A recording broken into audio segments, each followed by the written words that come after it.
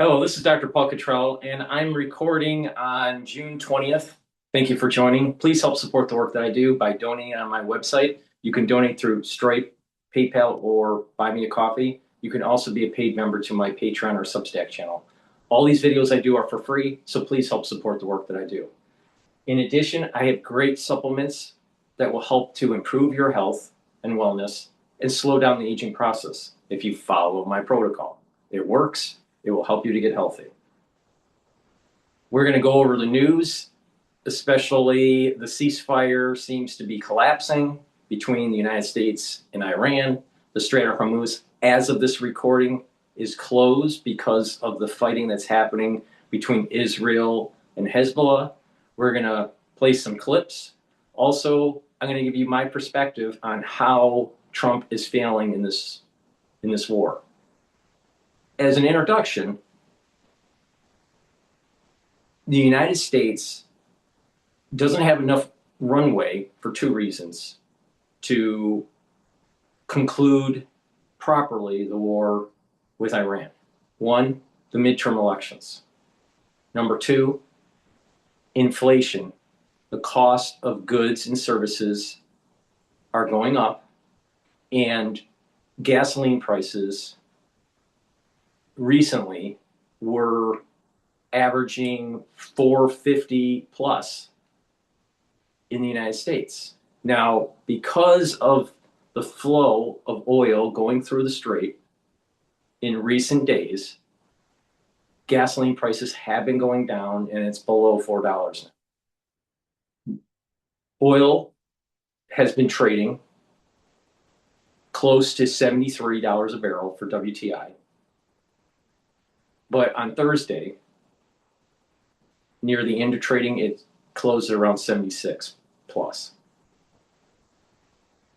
If the strait is not flowing oil, WTI is going to go above 80. So we're going to still have the problem with gasoline prices. So Trump needs to solve this problem soon before it really affects the economy in the United States and the world economy.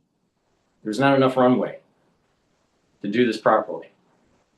Unfortunately, Trump didn't use ground forces at the very beginning, maybe 3 to 4 weeks into the operation, secured the strait, secured the energy, and started to push the IRGC farther back into the northern territory of Iran. And we should have leveled Tehran with gravity bombs. This precision weapon stuff, very expensive, very precise in most cases, but the absolute carnage and the cost effectiveness of gravity bombs leveling a whole city does a psychological damage that smart bombs don't. So, with all this, we're going to listen to the news. I'll give you my perspective, but I believe that Trump has failed because he didn't go all the way to make sure that we procured the nuclear material from Iran and that the IRGC and the theocratic regime of Iran was eliminated because Trump always chickens out. So more economic instability is going to happen. And remember what I said earlier about the curse that's coming, 9/11, because of Rosh Hashanah and the Sabbath coinciding. Well,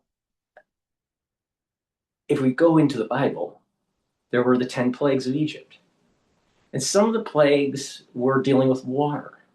And the water turned red because Pharaoh wasn't listening to Moses. Maybe, just maybe, there's a little bit of a hint of that, the red Nile, with the green algae that's taking place with the reflection pool in Washington, D.C. And it's all happening at this time. And it was unexpected. Now there's biological reasons why, there's scientific reasons why the algae is growing, and the failure of the layer of vinyl that they put in the pool. It wasn't laid properly, it wasn't prepared properly. There were micro tears in it, and it delaminated. But it happens all at the same time that supposedly there was going to be a peace agreement between Iran and the United States. So there are hints. There's an echo of history. Echo of history relative to World War I and World War II. There's the echo of history with the infighting in this country about race and race division. But there's also an echo of history biblically that is happening. Pathogens, changing of the color of water at a capital. Things are starting to emerge that proves my point or suggests my point that there's a curse coming.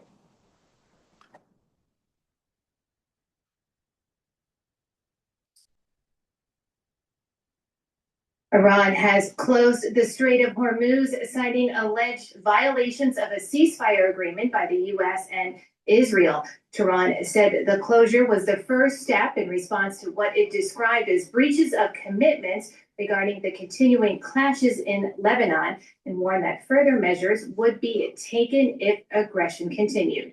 Iran's foreign ministry says it did not sign a commitment that it will not be implemented. Tehran says its negotiating team still plans to leave for Switzerland. We can now bring in our international affairs editor, Ketevan Borjestani. So this seems to have sort of come out of left field. We've all been talking about, negotiations are to get underway in Switzerland. Teams are going, and then, oops, nope, we're closing everything again. So where do we stand? Well, look, this announcement was made pretty officially by the Iranians to say that they are reclosing the Strait of Hormuz because of what is going on in southern Lebanon. According to the Iranians, they believe that this is an incremental part of the deal it has with the United States, that military operations and the fire needs to stop everywhere, including in Lebanon. And the Iranians believe that what Israel is doing in southern Lebanon amounts to breach of that deal, because they say the United States is obligated to force Israel to stop attacking Lebanon as part of its own American commitment to this memorandum of understanding. And you have to remember that these two things, the Strait of Hormuz and the end of hostilities on all fronts, are basically the two concrete measures that were agreed to in that memorandum of understanding that was just agreed upon between the United States and Iran. The issue was always going to be what is happening in southern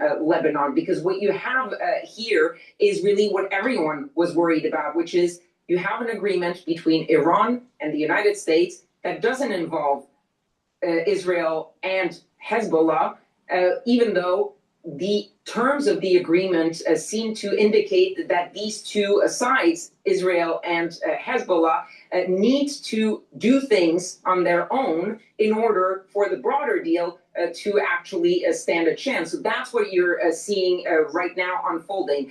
Let's just turn back a little bit, because this is an announcement by the Iranians. Obviously, the Strait of Hormuz was going to take some time to reopen, so we don't know exactly concretely how this is going to work. We know that it had been reopened a little bit. Now they're saying they're going to close it again. J.D. Vance, the U.S. Vice President, was actually on Fox News earlier today, and he said that there was no evidence that Iran was closing the strait. He also seemed to be very optimistic about where the talks between Iran and the United States, that are supposed to be starting any time now, are going to continue. Yes, the Iranians said they're sending their team. J.D. Vance said that Steve Witkoff and Jared Kushner are also going to be in Geneva. Those talks are going on. He says that things are going well, that we're confident that we can maintain the ceasefire. The Iranians are saying that what happens in Lebanon could very well jeopardize the deal between the U.S. and Iran. So it is very complicated. This is just happening, and we'll have to see where these two sides go from here. Right, Ketaban, thank you. Stay here for a minute because I want to bring in our correspondent in Tehran, Reza Sayah. So, Reza, we've been sort of, picking apart this information that's just come out that they're going to close the Strait of Hormuz. What else has the Iranian government been saying about all of this and what's happening? Well, Teflon says they are indeed shutting down the Strait of Hormuz. At the same time, they say they're still prepared for diplomacy, but their position, their message is that Washington has not fulfilled one of its conditions, and that's to restrain Israel and southern Lebanon. In response, they're going to shut down the Strait of Hormuz.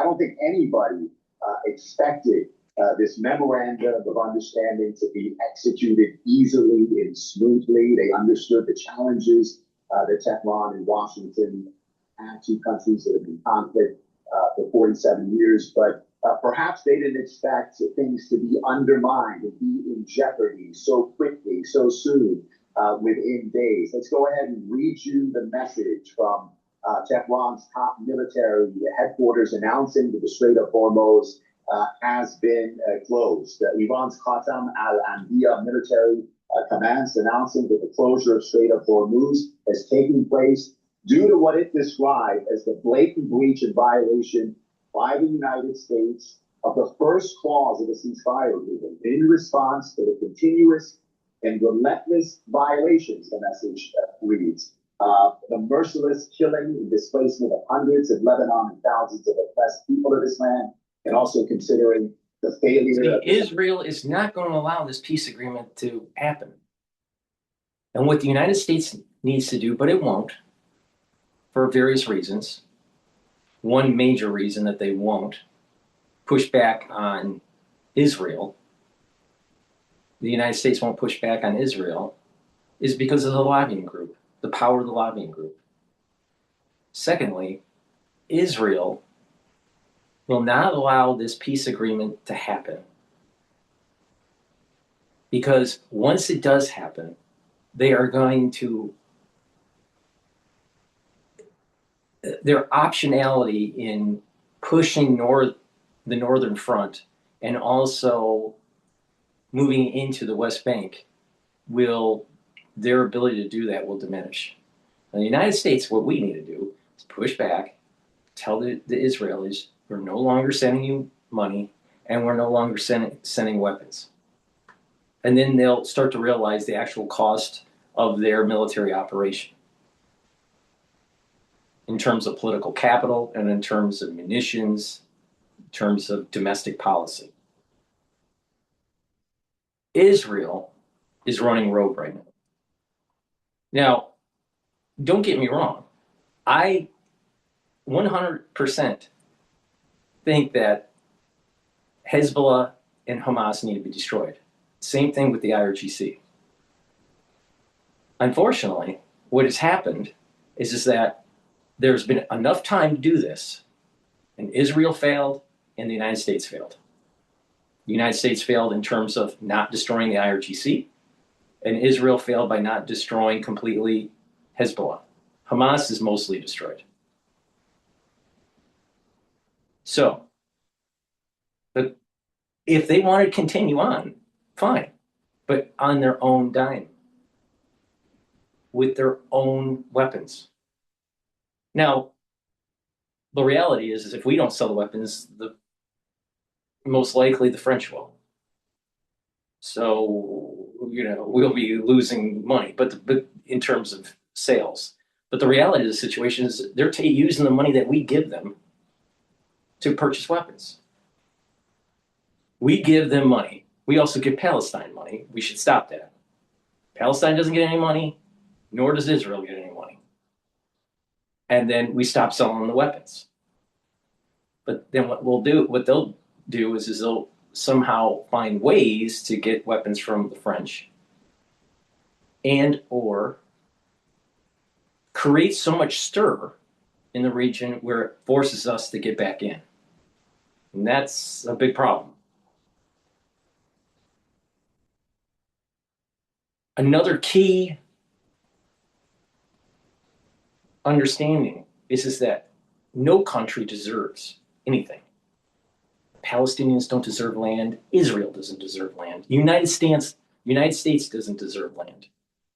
You deserve land when you can win on the battlefield and maintain the land. Maintain your territorial integrity. Control your currency. Be a strong nation and protect the region. If you can't do that, you don't deserve it.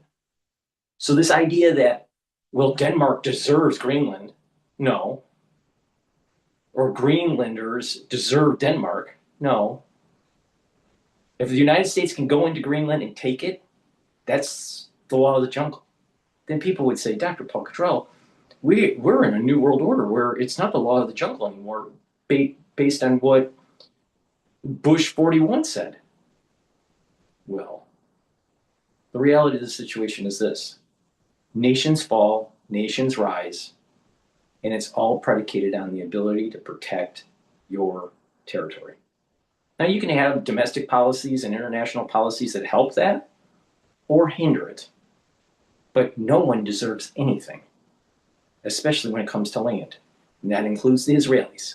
If you can't defend it, you don't deserve it. That includes the Palestinians. If you can't defend it, you don't deserve it. So get out of this mindset that everyone deserves their land. No. That's not the case. That's not how the real world works. That's utopia.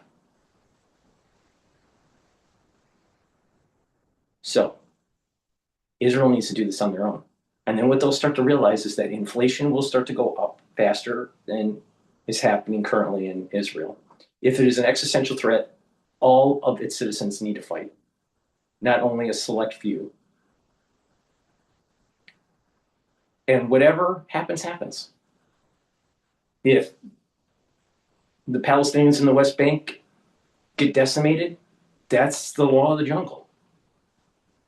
If Israel loses and has a fraction of itself or loses the complete war and goes into diaspora again, that was what it was meant to be. That's the point that I'm making here. The United States should have used more deadly force on Iran to destroy the IRGC and the theocratic regime. It's too late now. We lost. We lost.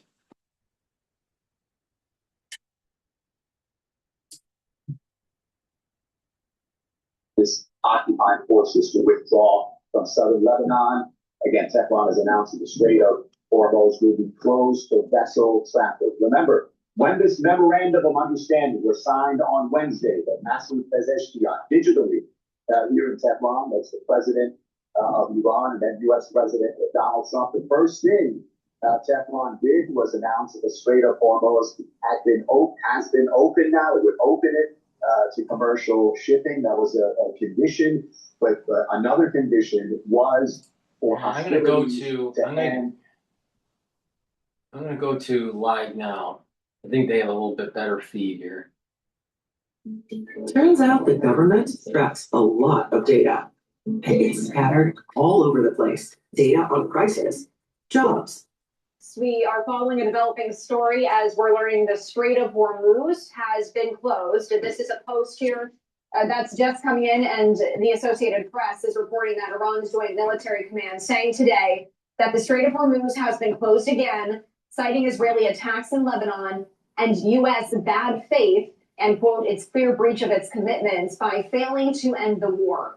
The statement on state television also warned that, quote, if the aggression continues, subsequent steps have been planned. Ships had begun transiting the strait after the interim U.S.-Iran agreement was signed just a bit earlier this week.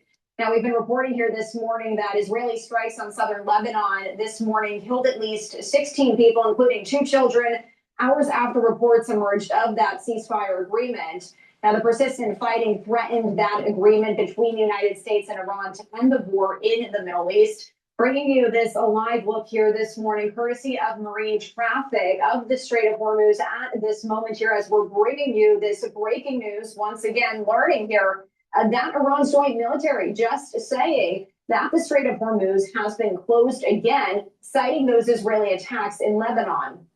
Iranian state television says the country's negotiating team is going to Switzerland for talks with the United States over their interim deal on the war. We already know that White House envoys Jared Kushner and Steve Witkoff are already there in Switzerland, and this is supposed to be held tomorrow. Now, the broadcaster cited a foreign ministry spokesperson in its report on Saturday. The trip was originally planned for Friday, but that was canceled. If you remember, Vice President J.D. Vance was set to go over there to Switzerland. Now, the new announcement came shortly after Iran's Joint Military Command said the Strait of Hormuz had closed again, citing those Israeli attacks in Lebanon. We also heard from the foreign ministry spokesperson there who told state TV that, quote, any memorandum or agreement is ultimately tested when it enters the implementation phase. So this is a breaking news update here, and we're watching on Truth Social to see if we're going to be hearing from President Trump on this, as the Strait of Hormuz has now been closed. President Trump also had posted to Truth Social this morning on Iran, which I will share here with you. But we also saw Vice President J.D. Vance, as he was just on Fox and Friends moments ago. And he says that talks are progressing, with the U.S. focused on preventing Iran from rebuilding its nuclear program while maintaining leverage through economic and strategic pressure. Of note here, though, the vice president did say this before this news just came out here, that the Strait of Hormuz has been closed. And this is that post here from President Trump via Truth Social this morning. This is all he's had to really say about Iran as of now. He says, funny how the Democrats like to say that Iran is in a stronger position today than they were 3 months ago, despite the fact that they have been defeated militarily with no Navy or Air Force. That's why I call them the Democrats. But we are now following this breaking news coming in here from the Associated Press, reporting that the Strait of Hormuz has now been closed again, once again citing Israeli attacks in Lebanon and U.S. bad faith and its clear breach of its commitments by failing to end the war. If we get any more updates here from President Trump, we will bring it to you here on Live Now from Fox. 100% that the Israelis are trying to deep six the peace agreement. But what's going to happen is individuals that were trying to help support Israel will start to pull back, and Israel will be on its own. I personally believe that we should stop funding Israel, stop giving weapons, stop giving munitions for their Iron Dome, and stop giving money. The problem is that they're so embedded through PAC money and the lobbying group within Washington, D.C. and K Street that you'll have a lot of senators and a lot of House of Representatives continue on pigs at the trough benefits for Israel. And it's not helping the American public. But I'm not a pacifist. I'm not an American pacifist. I'm actually an American expansionist. Please go to my store, the-studio-reykjavik.com, get the Boomer Boost. Boomer Boost has 68 nutrients. These nutrients will allow you to slow down the aging process. It works on multiple systems. It helps to boost up your immune system and your endocrine system, helps with brain function, allows you to sleep better, gets rid of that brain fog. Your neural connections will improve. It'll help with your cardiovascular health, help with your musculature, rev up your energy levels, speed up your metabolism. You get lots of benefits by taking Boomer Boost. It has a very comprehensive compound profile. It's a powder that lasts a month. You mix it with soft foods like hummus or yogurt. You can mix it in a smoothie, mix it in filtered water or even milk, but take it every day. This is a perfect supplement as your multivitamin, but you will get a lot more than just a regular multivitamin. Take this every day, and it's going to slow down the aging process. You're going to have a steady burn of energy throughout the whole day, no spiking, and you will notice that you have more vitality. Another great supplement that I have is the barley. Now you can get barley in two varieties from my store: heirloom barley and gladiator barley. Now, heirloom barley will help to detoxify your body, bring down inflammation, soak up free radicals. That's really important to slow down the aging process. But that's also going to help with your joint health, especially if you have arthritis. It'll also help with brain function, help with cardiovascular, immune system, and endocrine system. So take the heirloom barley. Now you get all the benefits of heirloom barley in gladiator barley, but you get one extra benefit, and that is musculature. By doing resistance training, it'll help you to build muscle. Now you can stack the gladiator barley and the heirloom barley. I'm sorry, the gladiator barley and the boomer boost, or the heirloom barley with the boomer boost. And by doing that, you're also controlling your A1C levels. So you're controlling your blood glucose levels. So take my advice, get the heirloom barley or the gladiator barley and stack it with the boomer boost. It's a great combo to slow down the aging process. Another thing that you should be doing, another way to detoxify your body, is to take zeolite. Zeolite will bind to heavy metals, toxins, and chemicals and allow you to urinate them out within 6 to 8 hours. Take 3 small drops underneath your tongue, drink filtered water, do that daily. Now, some people prefer to do just a heavy detox once or twice a year. So do that 3 drops or 5 drops underneath your tongue, drink filtered water, do that until the bottle's done, and do that once or twice a year. But with this type of zeolite, you can do it daily. 3 small drops underneath your tongue, drink the filtered water. Very easy. And by detoxifying your body, you're going to help with your endocrine system and your immune system. You're going to notice that your gut biome will improve. You'll notice that your skin will improve. Another way, like I said, to detoxify your body daily is to take the heirloom barley or the gladiator barley. So either way. So there's 2 ways to detoxify your body from my store, the-studio-reykjavik.com. Now, another great supplement that I have, and you can take separately or stack it with the gladiator barley, is Myotrol.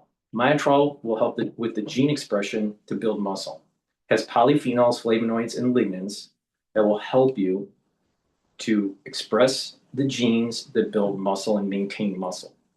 You'll notice that once you turn about age 40, you can't build muscle as easily as when you were younger, and you start to atrophy. Well, to prevent that, and to gain muscle, to prevent atrophy and gain the muscle that you need, take the Myotrol, do some resistance training. If you're an athlete, younger or older, you will benefit from taking Myotrol to help with strengthening for your sport. Now, you can stack it with the gladiator barley to get further strength gains. So please go to my store, the-studio-reykjavik.com, and get the Myotrol. Use discount 5, all caps, discount number 5, you get $5 off any order. All right, I want to go over how MS Now is covering the reflective pool turning green now in Washington, D.C. And like I said earlier in this video, this is an echo, a biblical echo of the curse that's coming. In Egypt, there was the sea turned red. You know, the Nile turned red. So now, Washington, D.C., it's turning green. It's embarrassing Trump. There's this almost inability to solve problems that's starting to emerge within the Trump administration. This is an emerging aspect of this curse that I said is starting to happen. This curse that emergence of that curse started in 2023, just slowly boiling to the surface. But it's going to get worse as we get closer to 9/11, 2026, all the way into October of 2027. And there's going to be another hit of curse in October of 2027, all the way into roughly October, the first week of October of 2028. So this curse that I'm talking about is going to last for 2 years. And we're just starting to see the early signs of it. And I would not be surprised that those 2 tumultuous years, 2027 and 2028, and part of 2026, the end of 2026, could be very negative for the financial markets.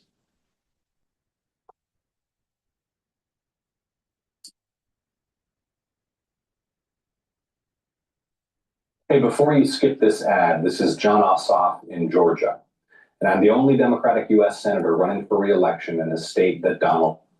In fact, Greenwater is the most visually arresting metaphor for the entire Trump era is getting worse by the day. We might call it the president's Green Watergate. Yesterday, we showed you what a leaky, peeling, algae-infested mess the reflecting pool in Washington has become, thanks to Donald Trump's obsessive, costly attempts to turn it into a monument to, let's be honest here, his own brilliance. Just in time for him to hold a MAGA rally that is doubling as a 4th of July celebration for the whole country on the National Mall.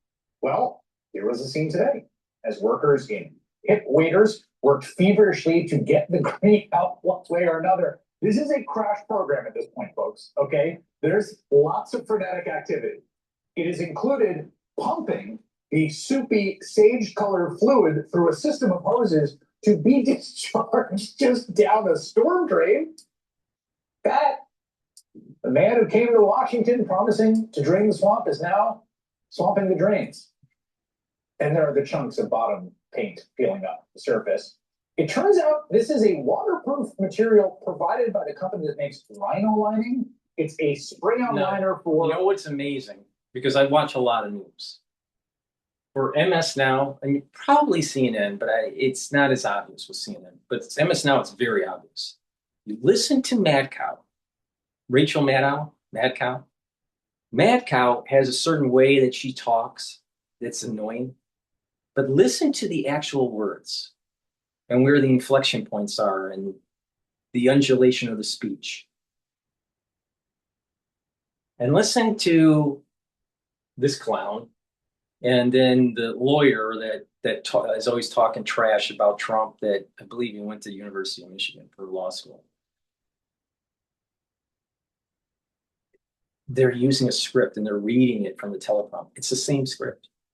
What Mad Cow says and what this guy is saying is the same. Just listen to what he's saying, how he's saying it. It's very similar. So it's manufactured news. It's all about manufactured news.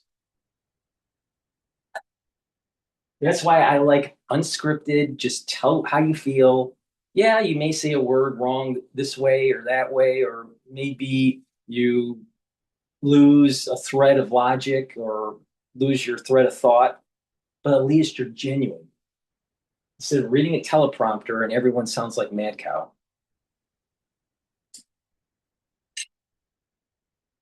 The beds of pickup trucks they apply to the reflecting pool doesn't look like it's working so well. It is just floating in the water now, except for the bits being taken as souvenirs by visitors, and there's actually quite a bit of that happening. In fact, Emma's now spoke to a few visitors in the pool What today. they should have done was sealed it like a pool, put fish in it, create an ecosystem in the reflective pool, so you have algae eaters, and you have carp, and you have different types of fish. The kids around the pool maybe even could feed it, whatever. But you can use nature to keep the algae plume controlled. That's what should have happened. Instead, they were experimenting with different sealants, and for whatever reason, Trump felt that people maybe should be swimming in it or whatever.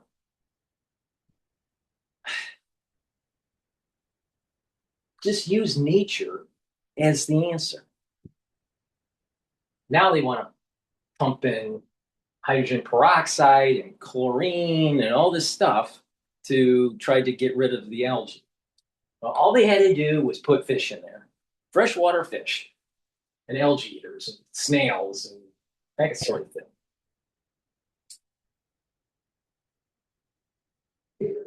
Most were not impressed. Part of it is sort of an olive green, and then there's this murky, blackish color. And then if you look a little closer here, it's more of a lime green. There's some people cleaning over there, and we saw the water come out. It looks straight like Mountain Dew. For me, it's not the money necessarily. It's the Embarrassment. national embarrassment of it. Oh, Vicky's there. Taxpayer souvenir. Here is a series of aerial photographs of the pool from Reuters in the 2 weeks since they started filling the thing with water. It has gone from American flag blue, as Trump wanted, to pea green, to the point where you can actually see the bottom paint peeling and lifting toward the surface. It's not supposed to do that. That stuff has just been on there for a few weeks, less than 2 weeks. Of course, in absolutely true Trumpian form, no one in the Mad King's government can tell the king the truth about what we all see with our own eyes. And I have not heard anything from, as of this recording, I have not heard anything from Trump about this fiasco. Trump can't go to the American public and say, it was under my watch, I did it wrong, we're going to fix it. Take responsibility. If you want to be a real leader, get a piece of paper and a pencil and write this down. Take responsibility. Take ownership.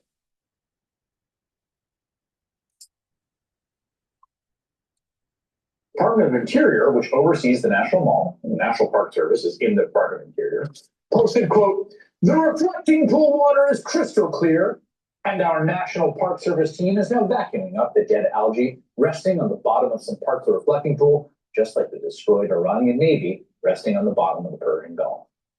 They included a photo of the pool taken from the water level, where the only color you can really see is the reflection of the sky. Like, that's the one shot you can get of this pool where it looks like that.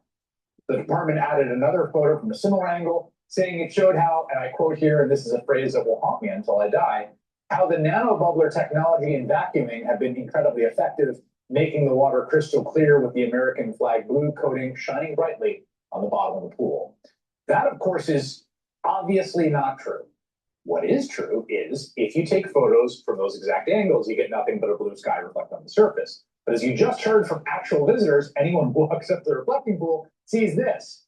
And that infamous nanobubbler technology the Trump administration is touting, well, there's new reporting on that. Turns out this story of Trump governance isn't just about vanity or incompetence or now up is down gaslighting, right? The pool is clear, it's all working. There is also, of course, because it is Trump, an old-fashioned corruption act. Because the government has now handed out not one, but two no-bid contracts for work on the reflecting pool. The first was at least $13 million to paint that blue sealant that is now obviously peeling. But the New York Times, which has been doing great reporting on this, now reports there was another contract awarded in April. Now, this one was for $1.7 million to an Ohio company to install cleaning systems in the reflecting pool, which at the level of concept seems like a good idea. Did they do a bang-up job? That company is called Green Water Services. I am not making that up. The Times reports that Green Water Services, the actual name of the actual company that has helped to turn the water green in the reflecting pool, so it looks like Mountain Dew, is owned by a holding company. That holding company is in turn controlled by the gentleman you see there. His name is John J. Carafo, and this is him in 2002. Who is John J. Carafo, you ask? Well, I'm glad you asked. According to the Times, John J. Carafo is a donor to Donald Trump and a neighbor to Mar-a-Lago, the president's private club in Florida. In fact, Green Water Services lists Carafo's Palm Beach mansion as its address in Florida corporate records, the Times noted. Neither Carafo nor the company responded to the Times. They report that Carafo's family business was in developing shopping centers, but he branched into other industries, including aerospace. Now, here's an interesting little detail from his past. In 2001, Carafo pleaded guilty to conspiracy to bribe Ohio Congressman James Crapigan, one of the most flagrantly and notoriously corrupt congressmen of all time. His plea related to arranging nearly $27,000 in repairs on Trafficant's houseboat and then buying said houseboat from him for another $26,000. All in all, $53,000. That's all why Trafficant was lobbying. So what's the takeaway from this? All right, we have a problem at the reflector pool in front of the Lincoln Memorial. It's not going to plan. It needs to be redone. It has to be cleaned. I personally think it needs to have fish and snails and algae eaters in it. So that needs to be fixed. It probably will not get fixed before the 4th of July. But it needs to be fixed. It's going to cost more money. Trump needs to take ownership of it. He won't. But this is to embarrass Trump. This is to slowly show the unraveling of his administration. Trump is a very lucky person. He's not an intellectual. He has a lot of street smarts. So he's smart. He's not intellectual. It's two different things. And it's better to be lucky than to be good. Because you could be good and not lucky and nothing happens. But if you're not good, but you're lucky, good things happen. All right? So it's better to be lucky than good. This is part of the reason why these over-intellectuals out there that think they know it all because of some discipline, you see this a lot in physics. But the thing is that you have these know-it-all eggheads, but yet their life is not very successful because they're not lucky. They may be good at something, but they're not lucky. So it's better to be lucky than good. Trump, most of his life, has been lucky. But as this whole fiasco with Iran is blowing up in his face, and he's not getting the job done, and potentially he's kicking the can down the road for another president to deal with something even worse, that luck is going to run out. And there's going to be a series of things going all the way to the end of his administration, 47, that will show that there's embarrassment, there's corruption, and that we potentially have seen peak Trump. And then it's downhill from here. Now, I saw a quick snippet of an article, I think it was The Economist, but it could have been Bloomberg, that was stating that the biographer for Trump that's chronicling his presidency, 45 and 47, he made a statement stating that he felt that it's downhill from here with Trump's administration, that things are going to start to devolve. So you're kind of seeing this metaphorically through these initiatives that he's trying to do. The East Wing construction, it's a fiasco. The tariffs, fiasco. Bringing back manufacturing, fiasco. Now, I'm a pro-Trump guy, and I'm saying this. I'm not anti-Trump. But you have to be honest. Is he successful right now? The answer is no. The game's not over yet. But if you're looking at a baseball game and it's, the bottom of the fifth inning, that's where we're at right now with America and under Trump. We're losing the game. Doesn't mean we can't win, but we're not in good shape at the moment. So manufacturing hasn't come back. The prices, absolute price of goods and services are up. So there's two types of inflation: the absolute inflation in dollar amount and the inflation rate. And keep that in mind. They're trying to keep the inflation rate low. But yet the Federal Reserve is saying that maybe they need to bring up the target to 3%. Well, that would bake in more inflation.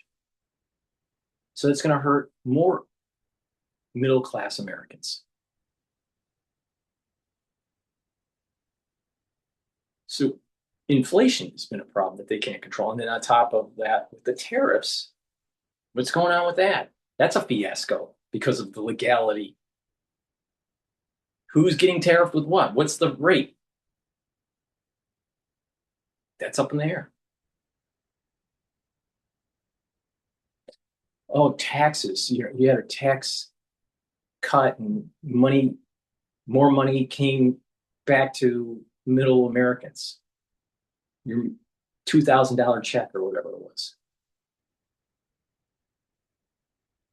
Yeah, you had to put that in your gas tank because of the fiasco that's going on with Iran. Now, I do think that we need to destroy the IRGC and the theocratic regime and work with the international community to allow a constitutional republic to be born in Iran. And the United States should help that along. The GCC should help that along. It's very possible. Israel won't like that because they want expansionism. Now, again, if you can sustain your expansionism, you deserve it. If you can't sustain your expansionism, you don't deserve it. And I've already mentioned why on this show.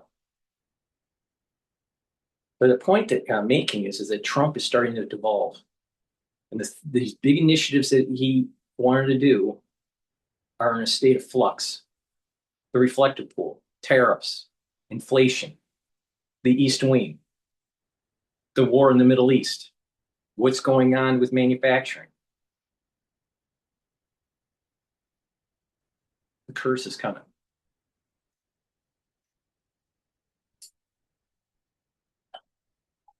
That's on behalf of, and I'm not making this up either, a laser guidance system that Carapo was selling. He got leniency for testing fine against the congressman. Now, would it shock you to learn that Carapo was also an early Trump supporter? Here you see him at a Trump golf resort in Palm Beach.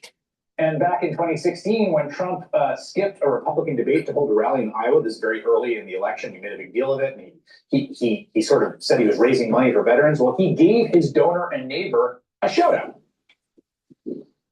JJ Cafaro from Florida and from Cleveland. He's a man who made a lot of money in Cleveland, does a good job, and a fantastic man. $50,000. JJ, thank you. He made a lot of money. I'm sure his laser guidance systems were great too, as great as his green water nanobubble ozone technology. The White House and the Interior departments of the president was not involved in the selection of his neighbor's company to clean up the reflecting pool. I'm sure it was just a random coincidence. I'm sure they had fleets of civil servants going through to figure out who the best person was. And it just happened to be that guy who we have pictures of at Mar-a-Lago or Trump Golf Club. What we do know for sure is this reflecting pool is an obsession for Trump. The reason we're covering it right now, and I will admit, I've done more reflecting pool coverage in the last week than the entirety of my previous career at Harangue, is because it's about all Donald Trump has talked about for the last month. Anytime anyone talks to him, it's about the reflecting pool or the ballroom. Occasionally, he'll talk about the war he started. Improving the aesthetics of your life, improving your living environment, improving your city, improving the country. That's important.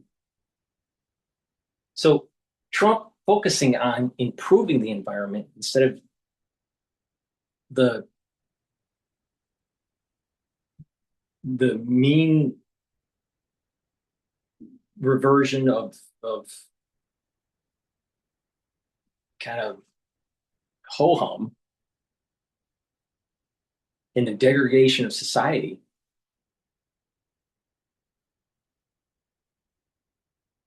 We can improve our livelihood.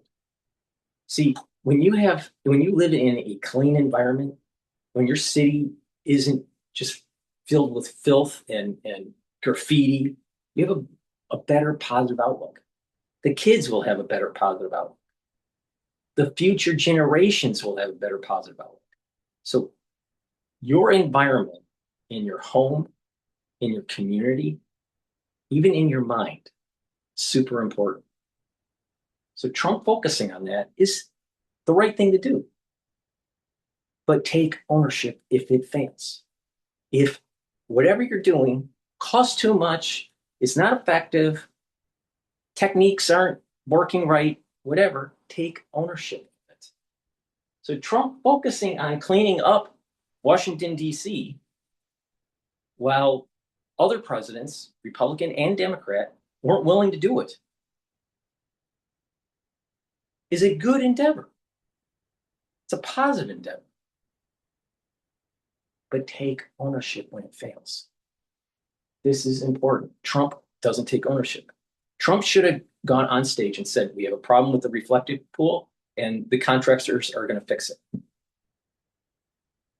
at no cost to the American taxpayer. That's what he should have done.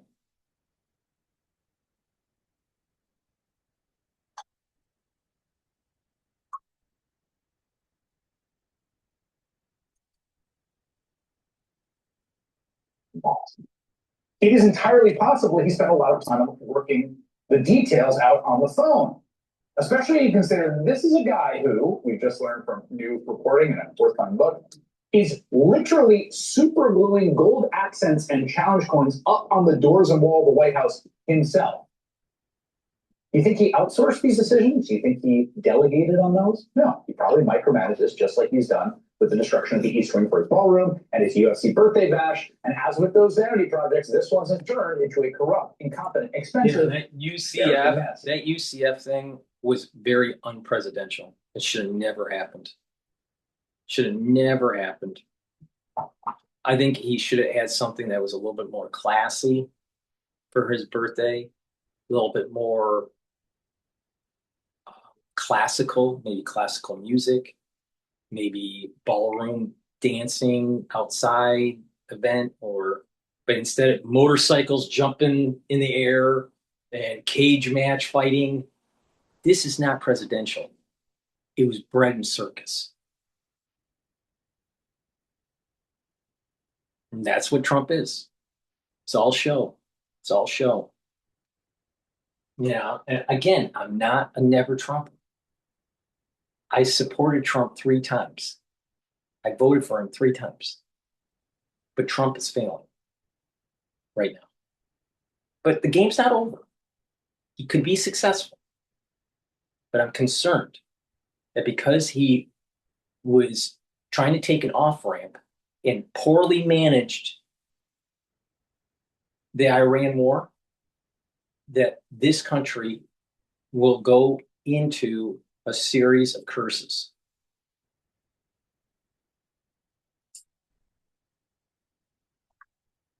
Trying desperately to cover up. Mm-hmm. To be totally honest, there's nothing that he said was wrong. It's the way he said it, teleprompt, and everybody sounds on MS Now like mad cow when they're doing their op-ed. But Trump did fail in this regard. Please go to my store, the-studio-reykjavik.com, and get the omega-3. Omega-3 will help with your cardiovascular health. It'll help to bring down inflammation and help you to control your lipid profile. It helps to bring down LDL levels and increase your HDL levels. When you do that, you have less plaque formation, better blood flow, better cardiovascular health, better perfusion of your organs, including your brain. So improving your cardiovascular fitness and your health and your blood flow will improve the blood flow to the hippocampus. Your memory will be maintained and improved. When you reduce the blood flow to your brain, you get early onset of dementia. Really bad. Trust me. Please go to my store, the-studio-reykjavik.com, and get the digestive enzyme complex. Digestive enzyme complex reduces the load on your pancreas, helps you to digest carbohydrates, proteins, and lipids. You'll be able to absorb your nutrients more efficiently. And digestive enzyme complex has bromelain. And bromelain helps to reduce clotting. So breaking up those clots help with your cardiovascular health and help with your digestion. And oh, by the way, this is the reason why I said take digestive enzyme complex during the crisis in 2020. Because we all remember about the clotting issue. Magnesium and zinc. Magnesium and zinc helps with brain function and helps to boost up your immune system. Take it every day. And you can stack it with vitamin C and magnesium. This will help with your skin. They'll cross-link with the collagen to improve your dermal layer for your skin. It helps to boost up your immune system, and it helps with brain function. Magnesium is super important. Stack them together for synergistic benefit. And lastly, ashwagandha root helps to control your cortisol levels and your blood glucose levels. Helps to boost up the immune system and help with cardiovascular system. Lignans soaks up free radicals, brings down inflammation, helps with the immune system and your endocrine system. And by soaking up those free radicals and bringing down that inflammation, you're helping your cardiovascular system and your brain function. You're helping with your joint health by reducing that inflammation. Get a lot of benefits by taking lignans. You get an extra benefit when you stack it with ashwagandha root and turmeric. So please go to my store, the-studio-reykjavik.com. Use discount 5 and you get $5 off anywhere. The link is in the description of this video. Click the link, go to my store, the-studio-reykjavik.com.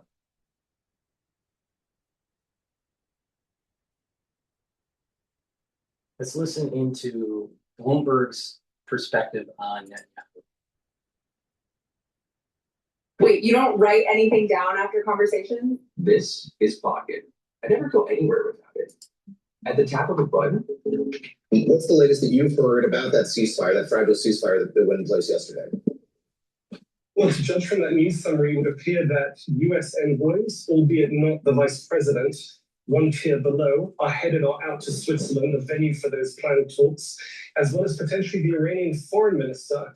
So it would appear that rather than scuppering this entire diplomacy, what we had for Iran yesterday was a shot across the bow, if you like, not a parting shot, a warning shot. It would appear that the Israelis stayed put in Lebanon. It would appear that the Americans are not yet ready to insist that the Israelis move out of Lebanon, something that would really unleash a crisis, perhaps an unprecedented crisis in recent years between the allies. So I expect that in the coming hours, perhaps by the close of the weekend, those talks in Lucerne will have started out at some level. Dan, I also want to ask you about the rhetoric. We talked when you were with us last hour about this interesting turn in the U.S.-Israeli relationship. But you also have your national security minister giving this kind of extraordinary tweet on Lebanon, where he wrote, "With all due respect to all of Lebanon must burn!" ! With all due respect to the Americans, Israel must make clear to the entire world that the blood of our sons and security of our citizens are not forfeit. All of Lebanon must burn. That, of course, was responded to by the Iranian foreign minister, saying essentially this is not a rant by a random lunatic. You know, this is a public post by the national security of Israel's regime. Talk to us about the feelings inside the Knesset, inside Israel. Is this causing further divisions within Netanyahu's own party as to what to do following this MOU? Where do folks stand? Well, I think the Israeli minister you cited, he's the far rightist. He's given such rhetoric. In fact, it's come to be expected of him. And it's worth remembering that Israel's in an election year. There's an election 4 months on, so he could actually have his eye on his constituency when he makes those threats, although I think many Israelis would share that opinion. Now, if you get past the rather baroque rhetoric, what he's referring to is Israel's delimitation when it comes to actions against Hezbollah, specifically avoiding Beirut, generally avoiding inland areas, except the Bekaa Valley, which was bombed by Israel yesterday, and restraining those attacks to Hezbollah in southern Lebanon, where Israel has created this 6-mile deep buffer zone.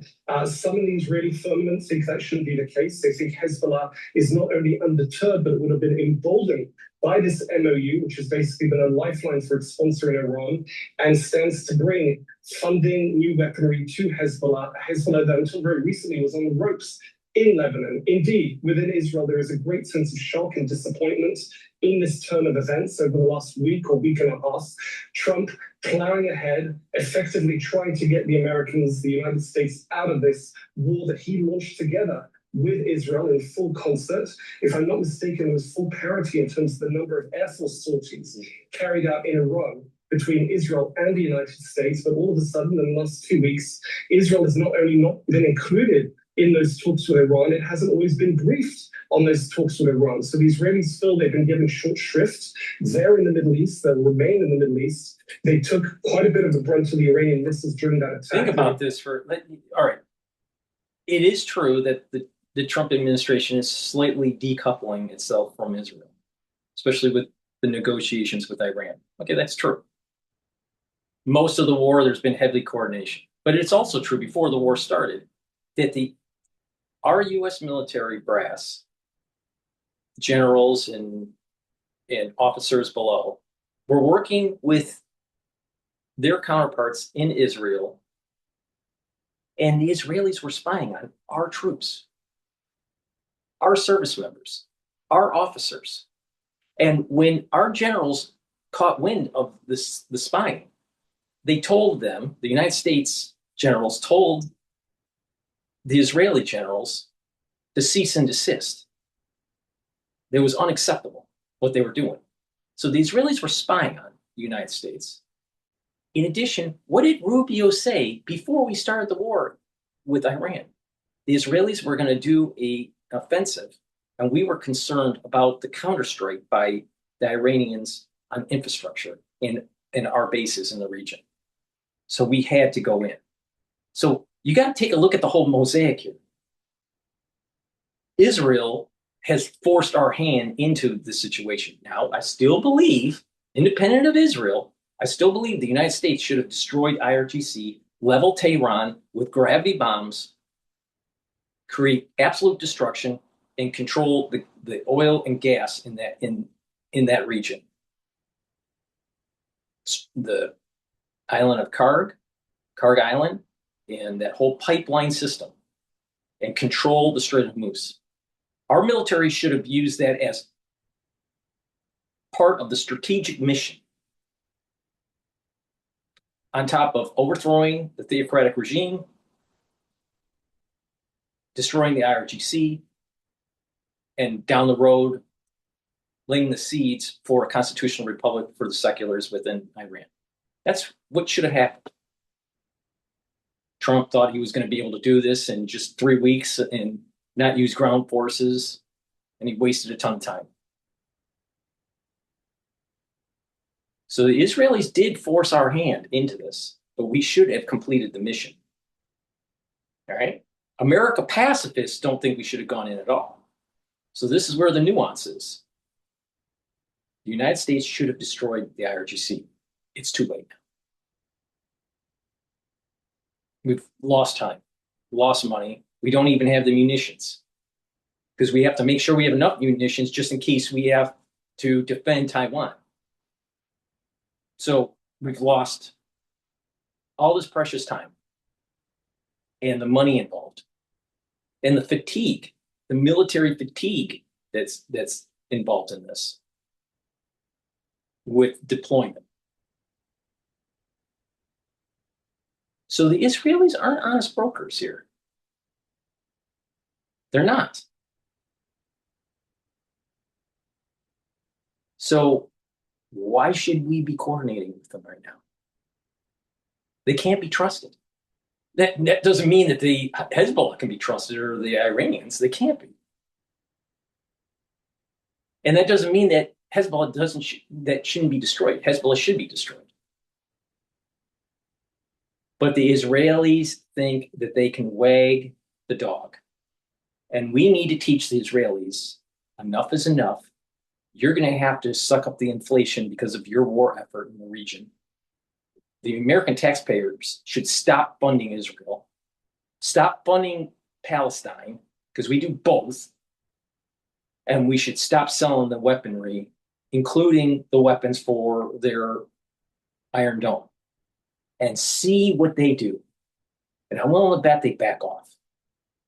But even if they don't back off, if they can maintain dominance in the region and land expansion for their national security, they deserve it.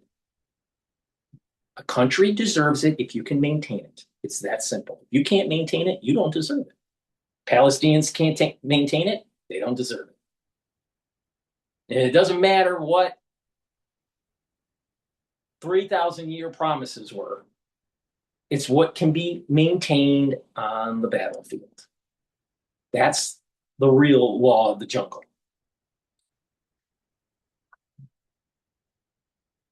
Now, the problem with this whole fiasco in the Middle East is everyone has goldfish memory and they only focus on the immediate. Maybe they go out a few months or weeks.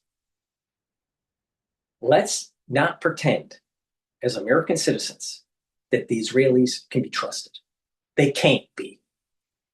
They cannot be trusted. But Hezbollah should be destroyed, right? So that's the nuance. I'm not an American pacifist. First, America first pacifist. I'm an America first expansionist.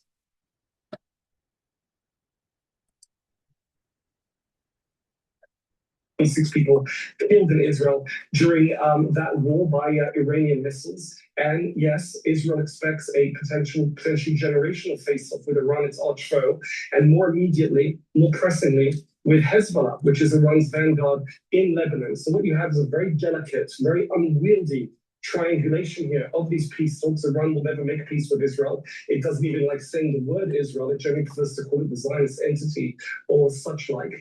And at the same time, the Israelis are being called upon, while not being part of the MOU, to abide by the MOU in terms of what Iran, their arch enemy, would like to see them do or not do in Lebanon. It's very unwieldy. The Israelis are basically laying down their battle lines. They're saying... This is what Trump needs to do. What's going on in Hezbollah with Israel, that's their own deal. Whoever wins, wins. If Hezbollah wins and takes northern Israel, so be it. If Israel takes northern Lebanon, destroys Hezbollah, so be it. But if you don't open up the damn strait, then we are going to destroy Tehran. That's what Trump should say. It should say, forget about what Israel's doing. Be worried about what we do. And you will not have Tehran. Clock is ticking. You got 72 hours, or you're going to start hearing the bombs drop. That's what he should be saying. It doesn't cost a lot for gravity bombs. And we could easily level Tehran in 48 hours.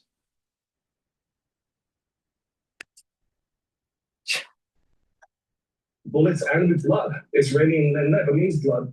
They're willing and they must stay in southern Lebanon for the protection of their northern communities. And quickly before we let you go, what is your latest read on the status of the relationship between President Trump and Prime Minister Netanyahu? I should say, notably, we haven't heard from Prime Minister Netanyahu. He hasn't outwardly criticized what's happened here to the degree that his cabinet members have, be they on the far right or otherwise. What do you make of that? We heard the president saying to Axios in recent hours that he keeps Bibi sane, in his words.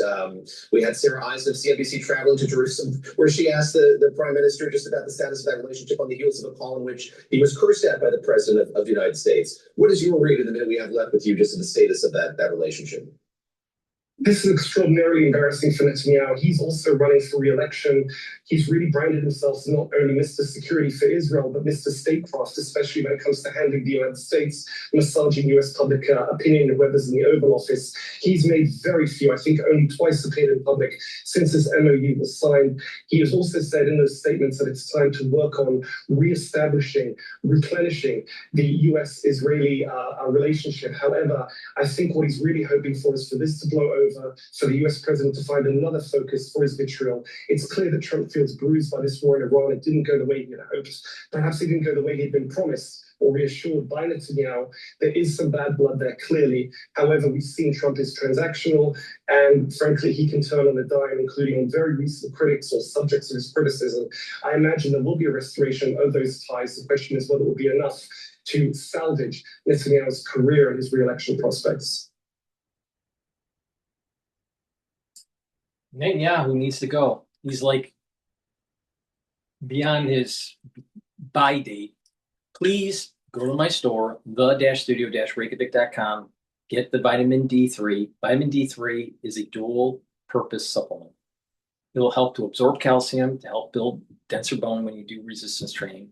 It'll help your cardiovascular health. It'll help with your immune system. And also it will help with gene expression. It's a gene expression cofactor, so your cells will perform properly.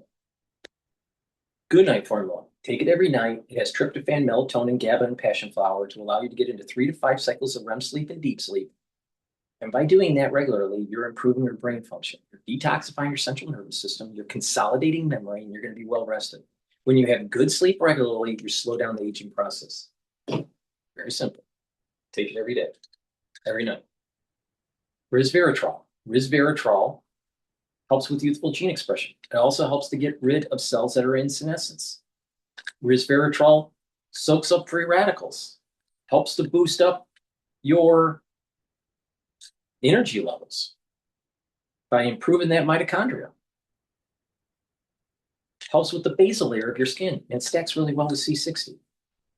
Slow down the aging process by taking resveratrol every day and stack it with C60 to get added benefits.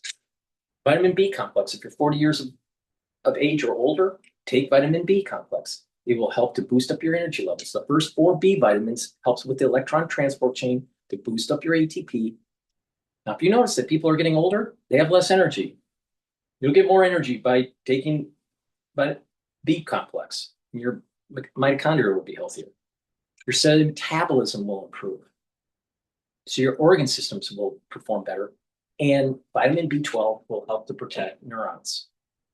Very important, especially since we went through the crisis of 2020. There's a lot of people that are going to get early onset of dementia. So you better start protecting your neurons. Probiotics, either the veggie cap version or the powder version. And with a good probiotic, you're improving your gut biome. That will help many different parts of your body. It'll help your skin. It'll help you to sleep better, improve your memory. You'll get rid of brain fog by having a good gut biome. You'll be able to absorb your nutrients better. You'll have lower inflammation at the gut level. Your mucosal layer at the gut will be thicker. You'll have higher concentrations of IgA. Your immune system in the gut would be better. You improve your metabolism. So please go to my store and get the probiotic, either in the veggie cap form or the powder form.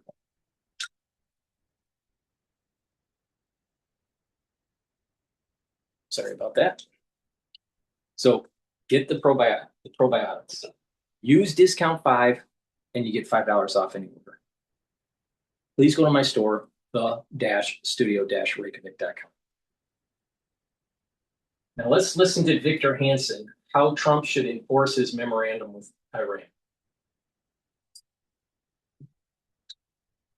The memorandum of understanding, it was a very short 2-page document, easy to read through, dealt with largely the peace agreement. And they, you know what I thought was really interesting? They emphasized Lebanon. It must have been written in there 3 times that they're making a peace deal, but also for Lebanon.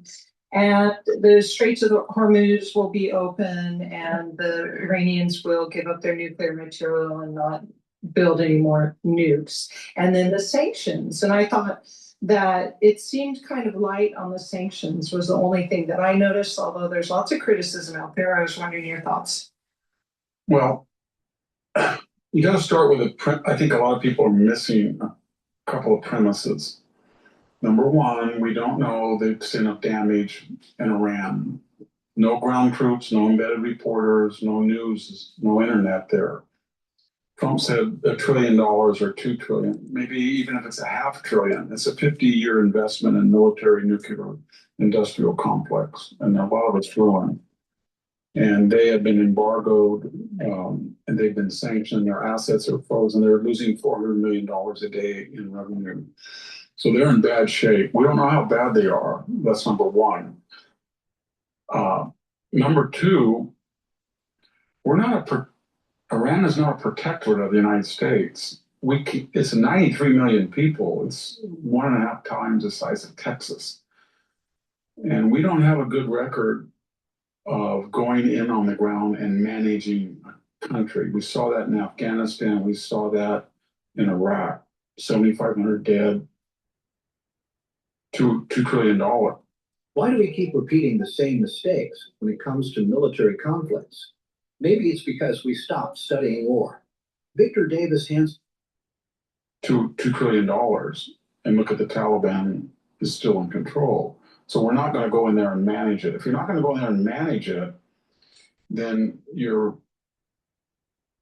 control over that regime is limited, especially when it has patrons that are nuclear like Russia and China, and they want to get back in. So my point is simply this. Can you stop them from enriching? Yes.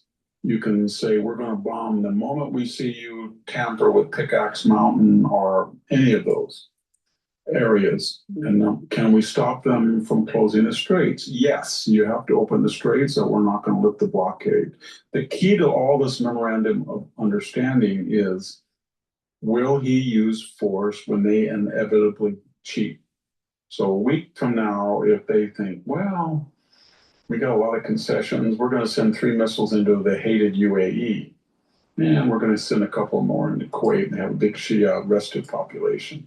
We might understand. Well, that was just a love cut. It won't work. He's got to say, okay, you sent 3, you're going to lose 10 bridges. You sent 3 against Kuwait, you're going to lose a power grid. He hasn't done that yet. People forget there's a whole list of targets that Obama went after in Libya and a whole typology that Clinton went after. We were in the same place in Serbia in 1999. It was not working after 60 days. We limited, and then all of a sudden Clinton went wild. All the bridges gone on the Danube, the grid. I wouldn't do it. He hits museums, he hits hospital, he hit everything. Anytime he heard they were using something that he thought he wouldn't hit, they hit. And that stopped him after 78 days. My point is, they have a whole list of targets that we haven't even touched. But you can shut down that entire economy in 2 days if you hit them.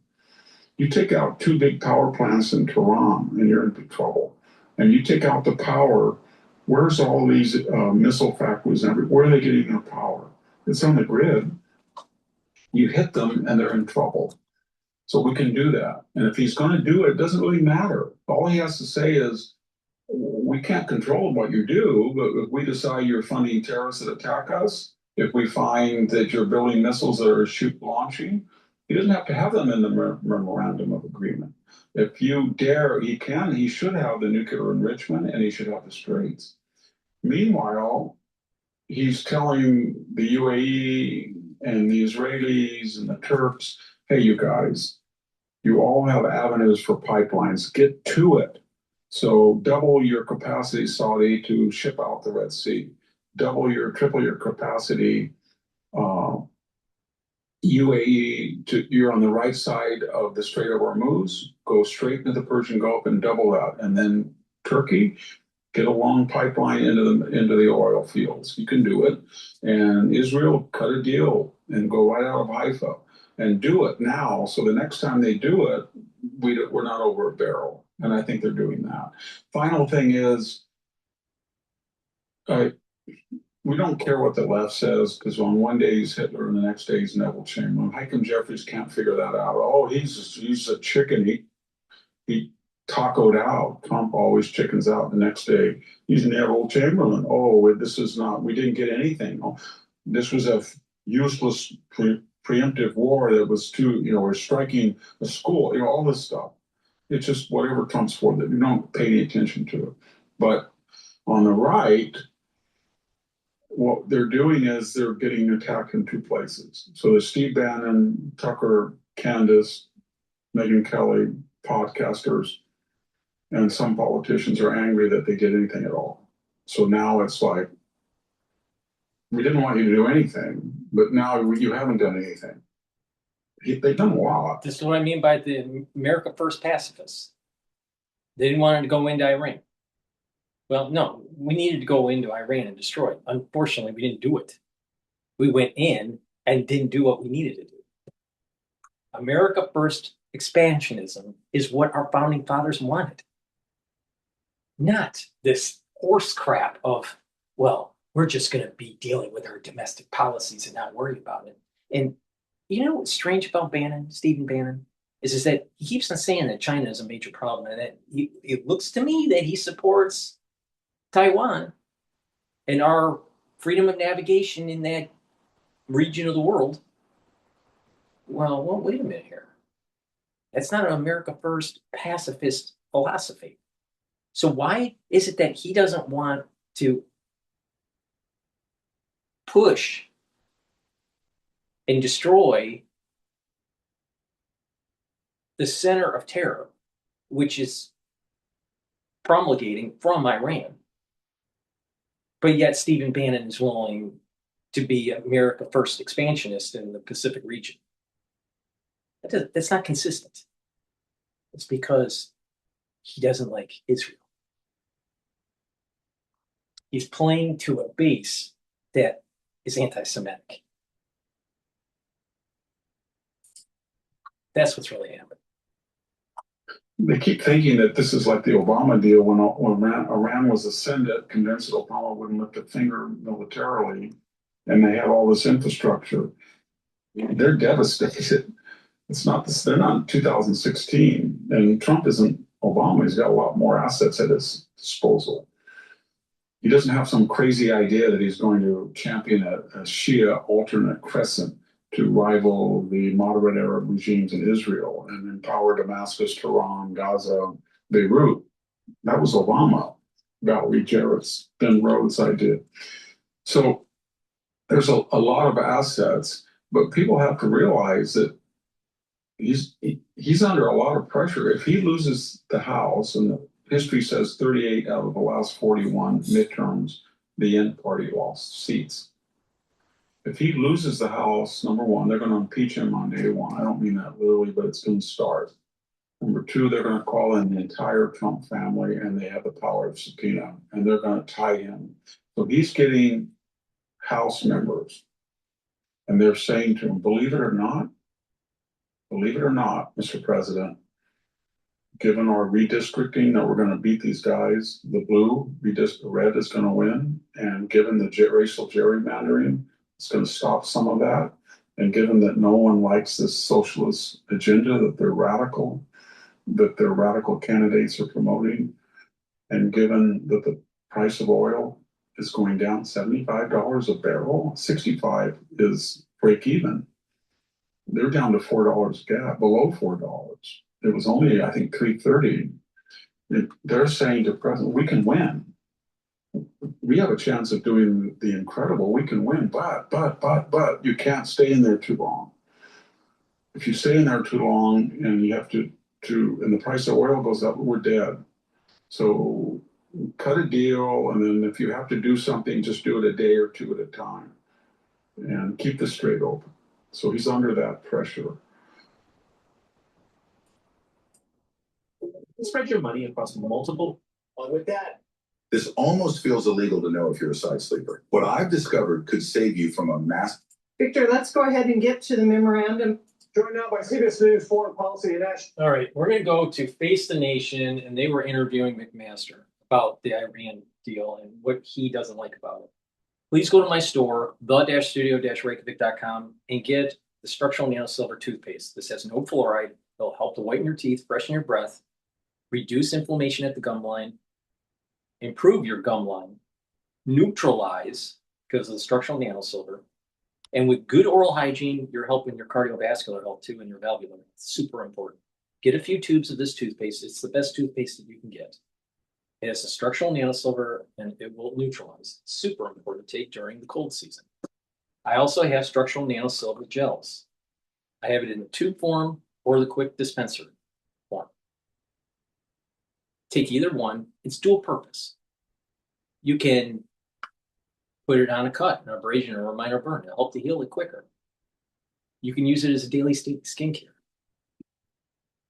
If you have allergies, lightly coat your nostrils when you're outside. So you're neutralizing the allergen. If you're cleaning around the house, or the garage, or the basement, or the yard, lightly coat your nostrils. And during the cold season, put it on your hands, around your mouth, around your eyes, around your ears, and lightly coat your nostrils. And guess what? It'll help to mitigate. So please, go to my store, the-studio-reykjavik.com, get the structural nanosilver gels. Very important to have in your home and at work. Also, because of the allergy season, get the drops or the lozenges that are made from structural nanosilver. It'll help to protect your oral pharynx. You can get it in cherry flavor, orange splash, fortified with vitamin C, and Manuka honey. So please go to my store, the-studio-reykjavik.com. Use discount 5 and you get $5 off.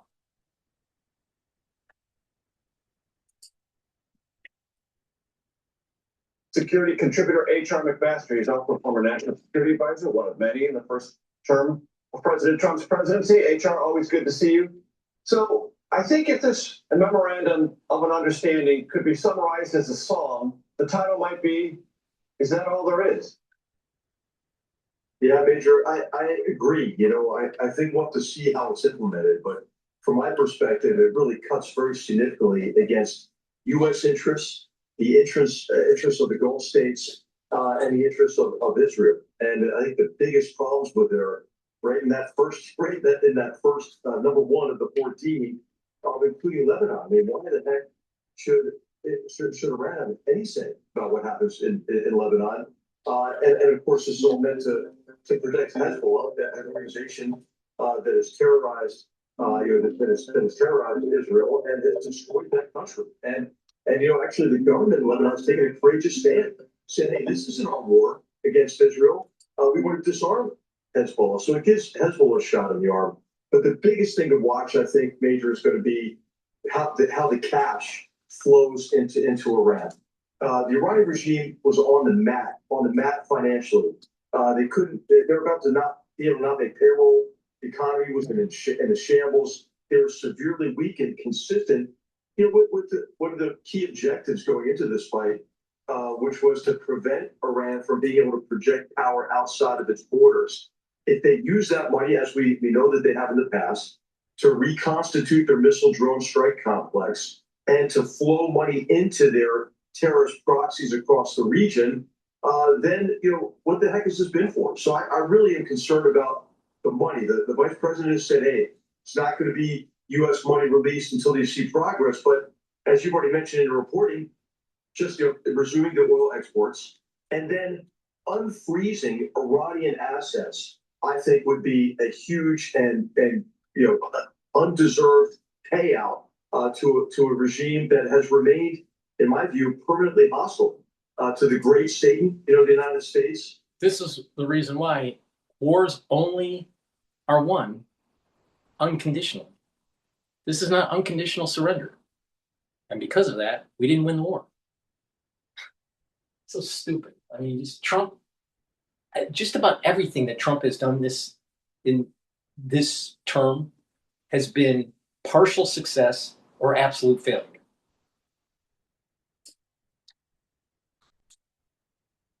Israel, they call it the cancerous oil. Their Arab neighbors, you have to remember, they fire almost 3,000 drones and missiles just at the UAE. So, hey, I think this could be really an outcome that cuts against U.S. interests in many ways. So let's talk about the money in sequence. So when oil begins to be sold, as it will be with a straight reopening, which it clearly is, that's money that will go to Iran. The second stage is lifting of sanctions. That's 2.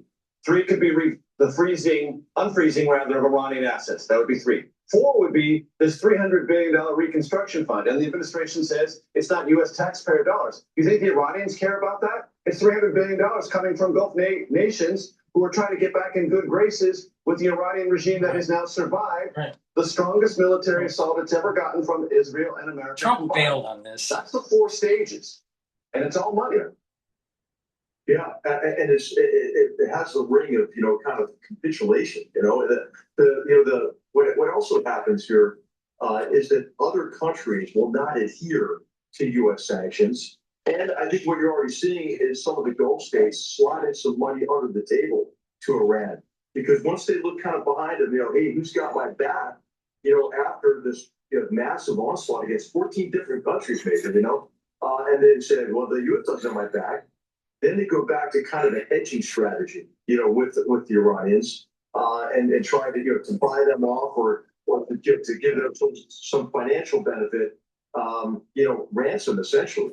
So what you have is, if they retain kind of the missile drone capability and the regime remains permanently hostile to their neighbors, to the U.S., to Israel, they retain coercive power over the global economy, and they hang this kind of sword of Damocles over the Gulf states' economic models. And so this empowers them. It empowers a regime that is a big chronic dictatorship hostile to humanity, I would say. Let me ask you this before I let you go, because you were in the conversations in the first Trump administration. And when this conflict began on February 28th, the United States and Israel were very tightly aligned. And now that does appear to be under some stress. So much so that the vice president, J.D. Vance, told the New York Times in its podcast, talking about Israel, I quote him here, "You're a country of 9 million people. You can't just kill your way out of solving every single national security problem that you have." That's a pretty harsh statement. And it suggests a kind of divergence between the administration and Israel, which, if you'd asked the Iranians when this war began, do you think at the end of it, or near the end of it, America and Israel will be more divided than when they started? Iran would say probably not, but that'd be really great. Well, I think the president was on the precipice of just a tremendous achievement by weakening the Iranian regime, by demonstrating to the Gulf states that the only true guarantor of their security was the United States. And Israel and the United States working together had profoundly weakened not only the regime in Iran and degraded its ability to protect power outside its borders, but its terrorist proxies as well.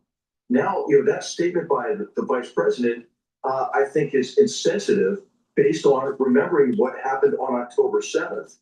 It was during the Biden administration that Iran was able to kind of unimpeded, reinforce the ring of fire around Israel, right? Building up the rockets that Hezbollah had, for example, to 150,000, preparing Hamas for that onslaught, supporting, a proxy army in Syria, supporting the Houthis and so forth. And then they lit that ring of fire on October 7, 2023, and Israel found itself in a six-front war. Also, to say that Israel can't continue operations in Lebanon, it makes no sense. I mean, look at the rockets and that Hezbollah is firing into Israel. Can you imagine if a terrorist organization, maybe cartels in Mexico, were firing rockets and missiles into southern Texas and forcing us to evacuate towns there and cities there? That would we just be restrained? I don't think so.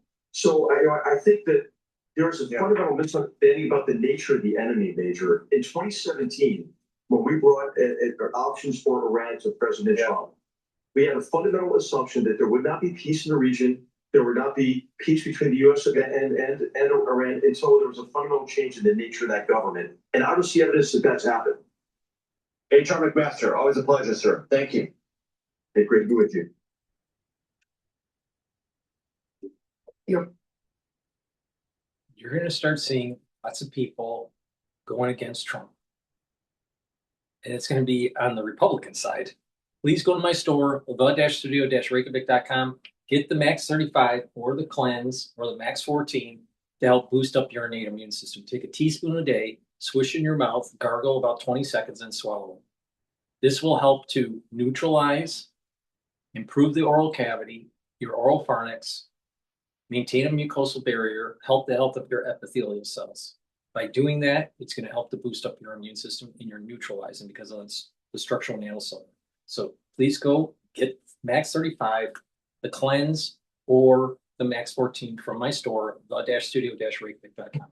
This protocol that I've been doing for over 6 years every day. So please go to my store. This will help to slow down the aging process because you're neutralizing and you're reducing chances of getting a cold or some other. You're also mitigating allergies. This will also help to neutralize allergens. And go to my store and get the collagen. This is dual purpose. This will help with your skin, your nails, your hair, your musculature, your bone density, and your joints. Take it every day. This is a month supply. You can mix it with soft foods like hummus or yogurt. You mix it in a smoothie, mix it with milk. Some people put it in coffee. You can mix it with filtered water, however you want to take it, but take it every day. Now, some people use a full scoop, others that are lower in terms of height and BMI, they take a half a scoop. So please go to my store, take the collagen. This will help to remodel the joint, especially if you stack it with the collagen, which I'll talk about shortly. Please go to my store, the-studio-reykjavik.com. Get the great supplements that I offer, get healthy, and slow down the aging process. All right, we're gonna pivot to Bloomberg. ASML is a company that creates these very complex machines that create the chips, the wafers, especially for NVIDIA, but not just for NVIDIA. These machines are really important. Well, there were sanctions to prevent ASML to be sold or procured in China. Well, it seems as though China has these machines, which is very important to make the important chips for the next economy, especially regarding artificial intelligence. So let's listen in on what really is happening with ASML. US is concerned that China may have got its hands on one of the top making machines made by Dutch giant ASML. ASML says they've never shipped an EUV chip machine to China. So let's get some analysis from Bloomberg senior market strategist Neil Campling. Neil, just bring us some more details on this scoop. How big a challenge is it for ASML? It's certainly a challenge in trying to understand exactly what's happened, because ASML has said that they haven't shipped any of the machines out to China. So if we think ASML has actually had export restrictions to China for their leading technologies since way back since 2019. So it's happened for a long time now. If it were true that China had got hold of a machine, now it would obviously undermine Western export controls. And maybe in terms of the bigger picture, this is about the risks of shifting the global balance of AI. And I think the US will be concerned about the threat to the market dominance of the Western, if you like, the US tech giants.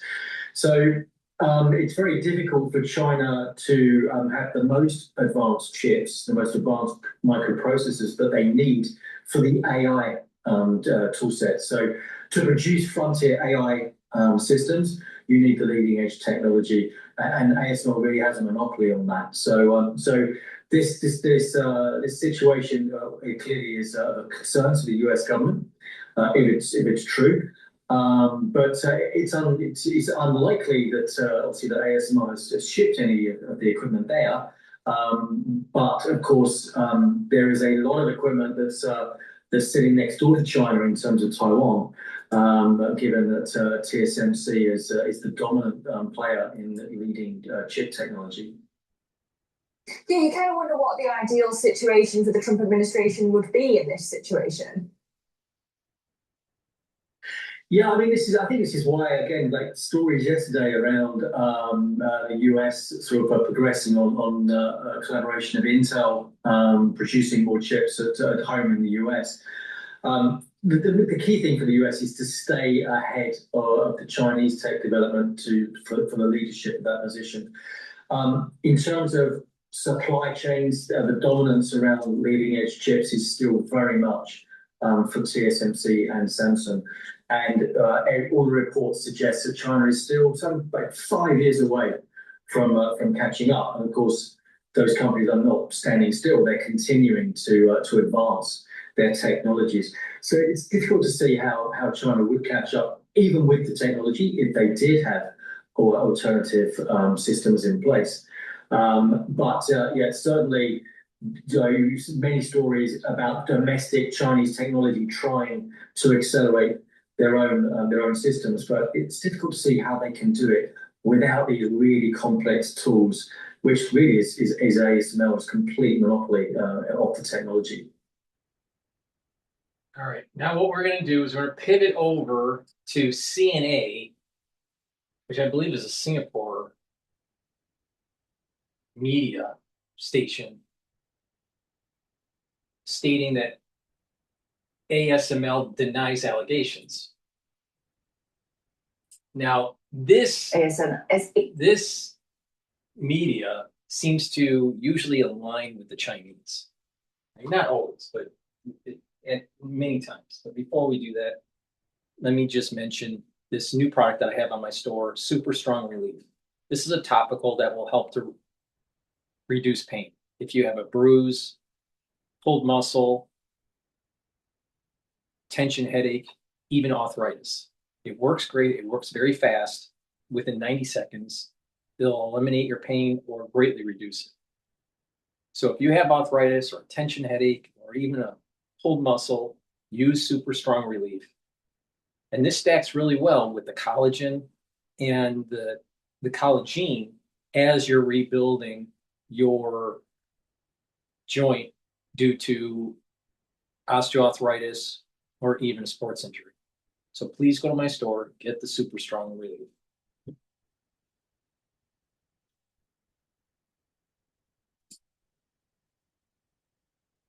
ASML, one of the world's largest suppliers of chip-making equipment, has denied allegations that it breached export controls concerning China.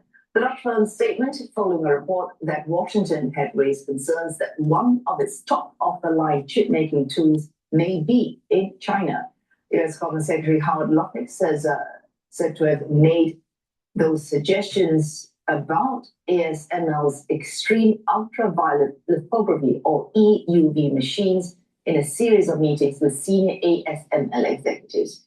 The device's alleged presence in China could be in violation of US-led export restrictions. The Dutch chipmaker explained that the EUV machines are made in limited quantity and require constant maintenance from employees. ASML's most advanced EUV systems are also the size of a school bus and weigh about 180,000 kilograms. The firm is amongst Europe's most valuable companies. It has previously fielded multiple Washington concerns or multiple concerns lodged by Washington. I would say that these machines that create the wafers, this ASML machine is probably the most complicated machine for manufacturing on the planet.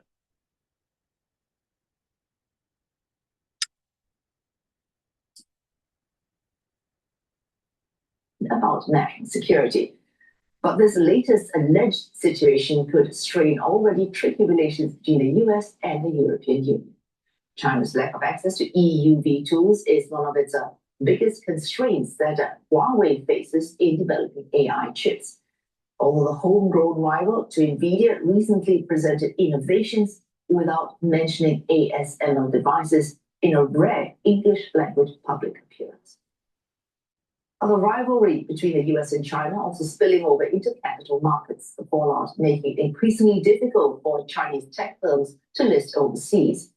One expert we spoke to says the competition is pushing Beijing to step up market reforms, revive appetite for Chinese equities, and keep listings closer to home. I understand where they're coming from, because if Chinese investors were buying up all of these American AI companies, let's face it, who gets artificial general intelligence first? And subsequently, I think in a matter of weeks or months, superintelligence. That is the new superpower. And so why allow their own citizens to invest in, to fund the American? See, this is where the fallacy of thought here. They keep on thinking that everything is going to be just exponential. But many things in nature and social systems, they're not exponential. They're exponential at a certain time point or a certain period. But there is a tendency for feedback. Complex systems have feedback loops, positive and negative. And these feedback loops actually start to reduce the exponential growth and it starts to plateau. It's called an S-curve. Now, certain new things could happen in the environment of that complex system that could lead for additional exponential growth. Or there can be feedback loops that leads to a decline. There's no guarantee that a country that gets general intelligence first will be first out of the gate to get super intelligence. There's no guarantee of that. There could be some negative feedback loop, or as you get to general intelligence, HEI, there are stochastic processes as these frontier models are being built up. There are stochastic processes that may lead to a path that is faster to get to AGI versus another path. You may have, for example, as these foundational models are moving out, getting closer and closer to AGI, one path may accelerate to AGI first. Another path may be a little bit slower. Another path may never get there. So there's like a Monte Carlo probability cone that is created because of the stochastic processes of getting to AGI. It's not one path. There are multiple paths. And there are feedback loops as these frontier models are building out. That's an important point here. So one company may get there first, but that doesn't mean that another stochastic foundation model doesn't catch up really quick. All right, that's a key point to understand. But once you get there, it doesn't mean that you get to super or ASI, artificial superintelligence, super fast. It could be a plateau for a while, or it could get super fast. But if you are at AGI and you get there super fast, one company, let's say, or country gets there first, doesn't mean that the second country can't get there in weeks later. What's the big difference? Well, with the exponential theory that's coming from the ex-CEO of Google, whatever his name is,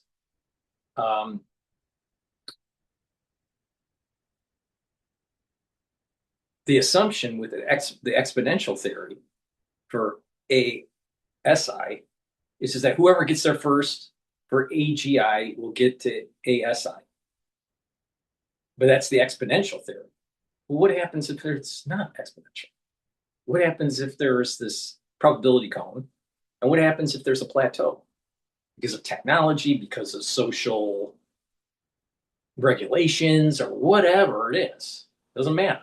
Something could retard the actual growth path. And it won't be exponential. But even if it is exponential, and China, let's say, gets ASI first, it doesn't mean that they'll be dominant. Because it's probably going to be very quick for other countries to get there quick. And so what's really the big difference between an ASI that is 2 or 1 week or even 1 year difference from one country to another? Is there really a big difference? Let me prove my point here. LLMs seem to be really important for OpenAI, and everyone was scared. Google was scared. Google stock and Alphabet went down because of it. Microsoft was scared. Oracle was scared. Elon Musk. So you had all these companies building out and investing in frontier models. So you have Gemini, you have Grok, you have all these different systems, these frontier models that are relatively the same. There's not much difference. There's a marginal differences. One will, when they release a new model, one will be marginally better than the other. And it's like this race going back and forth, back and forth, back and forth. So that they're reaching an S-curve. This proves my point. LLMs are reaching an S-curve.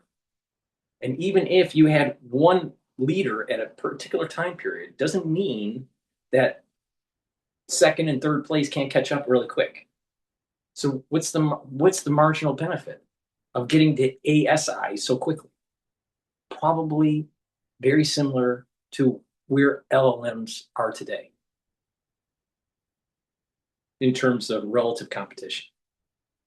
I'm not too worried about it.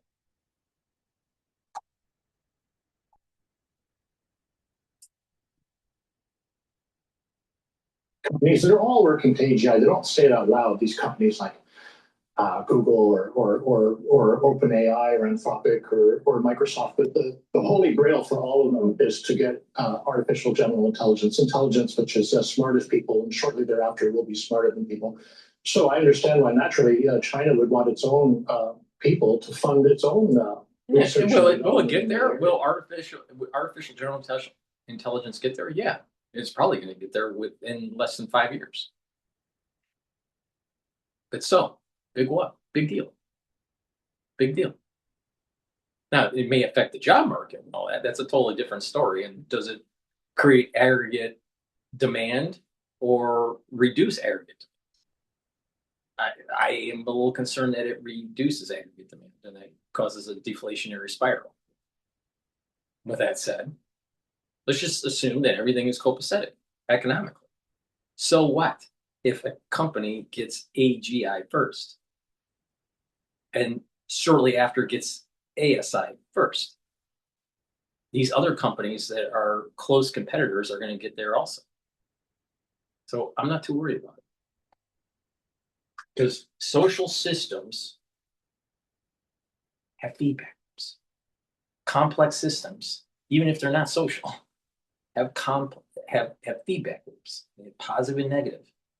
And so this idea of just total exponential growth without some sort of decline or some sort of plateauing, that's to assume that it's just not how nature works.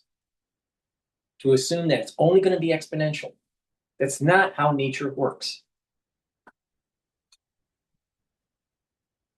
Then you have the energy as a feedback. What happens being able to store it is a problem. What happens if there's a war and your data centers are destroyed? See my point? There are a lot of feedback loops that can prevent the exponential growth pattern that the Google ex-CEO thinks is going to happen. This is the problem with these eggheads. They always think they know better. But nature has a tendency to take away that hubris of mankind.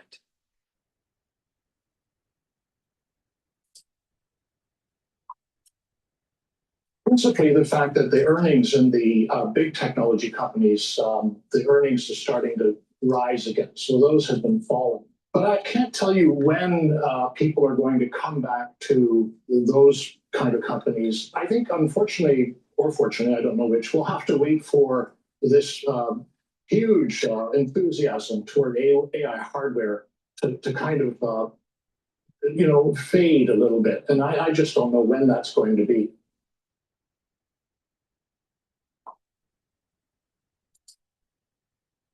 You watch people that have a tendency to be very mathematical, and usually it's in the physics realm. They get a lot of hubris. They think they know it because they know complex math. But they have a tendency to miss the forest through the trees. They're so looking at the details that they miss the big picture. Feedback loops. Emergence of properties that cannot be modeled. And they fail miserably all the time. So when you start saying, you know what, there were nefarious activities by the government in some sort of domain, like maybe biologics, you get all these experts saying, oh, that couldn't be, that's everything's zoonotic and blah, blah, blah, blah, blah. Really? Don't be stupid. Don't be stupid. You see this very common in academia where you got a bunch of eggheads thinking they know it all. Please go to my store, the-studio-reykjavik.com, and get the collagen. Collagen will help to remodel your joints. This is very important if you have a sports injury or osteoarthritis. Why does this work? Let me tell you. Collagen will inhibit certain enzymes. And these enzymes that collagen are inhibiting, these enzymes, when you're blocking them, will reduce inflammation. You have some enzymes called Ep4 that produce more inflammation. Well, you want to block that. Collagen blocks Ep4. By blocking the inflammatory pathway, you're reducing erosion of the joint. In addition, you can block the pain gatekeeper, NaV 1.7. So you're reducing pain. In addition, collagen also blocks MMP3 and MMP13. So you're reducing joint erosion because those enzymes erode the joint. So you want to block them. So this inhibits those enzymes. Collagen also helps to recruit glucosamine and collagen type 2 to be able to remodel the cartilage. So when you're doing your little exercises and you're opening up the joint a little bit past the pain point and count to 20 or 30 seconds and do that 2 or 3 times a day, you're actually sending micro signals to remodel the joint. And taking the collagen, you're blocking some of the pain. You're recruiting the ingredients to help to remodel the cartilage, but you're also recruiting the ingredients to remodel the cushioning of the joint, ACAN and chondroitin. When you do that, over time, you'll be able to open up the joint with less pain and you'll have more articulation. It takes time. You have to do these exercises that I just mentioned. You open up the joint just a little bit past the pain point, count to 30, and release. Do that 2 or 3 times and do that every day. Take the collagen and the collagen. The collagen powder that I have gives you the ingredients to rebuild. The collagen blocks these enzymes, helps with the pain, and helps to recruit the ingredients to rebuild the joint. So please go to my store, get the collagen, and stack it with the collagen. Now, to help with temporary pain relief, also use this super strong relief that's from my store. It's a topical, you rub it on the joint. And you're blocking the pain, you're remodeling, you're getting the ingredients you need to remodel the joint, and over time, your sports injury or osteoarthritis will improve. Now, there's another protocol that you can do where you're taking higher doses of vitamin D3 and K2, and you're remodeling the joint also through doing light resistance training and taking turmeric to keep the inflammation down. There's another way to remodel the joint. That's not so much the remodeling the joint, it's more improving the bone density that's causing the osteoarthritis. So there's ways to remodel joint pain, especially arthritis. You just pay attention. So please go to my store, the-studio-reykjavik.com, get the collagen, stack it with the collagen.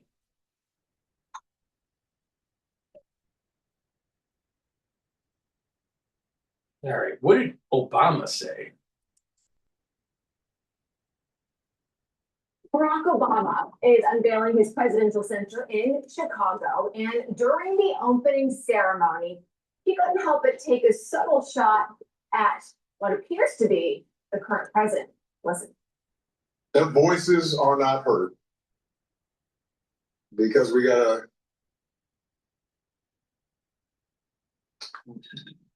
got a set of institutions that have fallen victim to the siren song of everything's about money and everything's about attention and everything's about fame.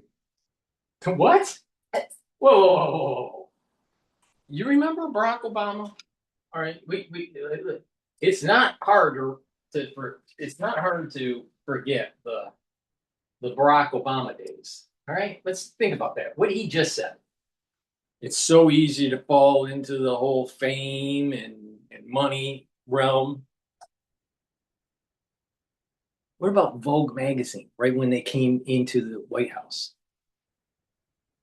One of the most photographed women,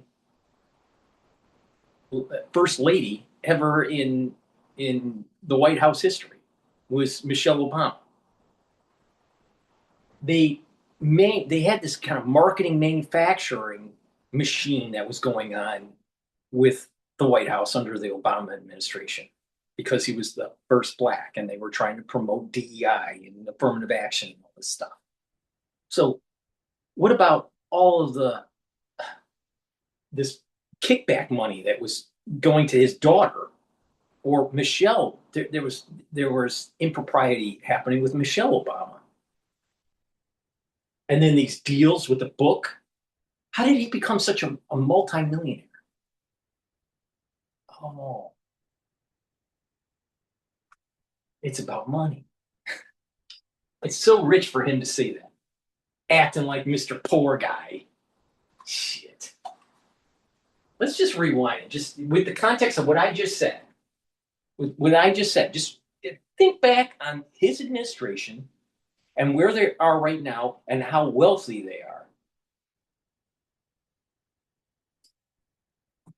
Do as I say and not as I do. That's what he's doing. A set of institutions that have fallen victim to the siren song of everything's about money and everything's about attention and everything's about fame. So, Larry, help us break that down, because it's a little horseshit. The former president is taking a swipe at the current president for what he says are changes to our institutions driven by money and fame. Yeah. How many donors gave how many? 850 million. That's the Obama presidential sanction, right? It's a terrible thing. Yeah. It's a terrible thing. The first trillion. What about the book deal that the Barack Obama and Michelle Obama had? So You didn't build that. I know. Barack Obama will go down in history because he was the first African American president, and that's not nothing. All right. First of all, he wasn't the first African American. Here's the problem with this. Problem number one: we don't have hyphenated Americans. You're either American or not. There's no such thing as African American, or Jewish American, or Irish American. You're either American or you're not. And if you're not American, then you don't deserve to be in the country. It's that simple. It's not hyphenated American. That's problem number one. Problem number two: Barack Obama isn't the first black president. He's a mulatto. He's half black.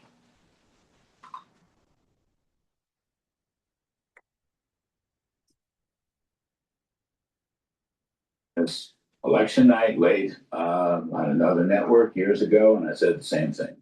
It's a big deal.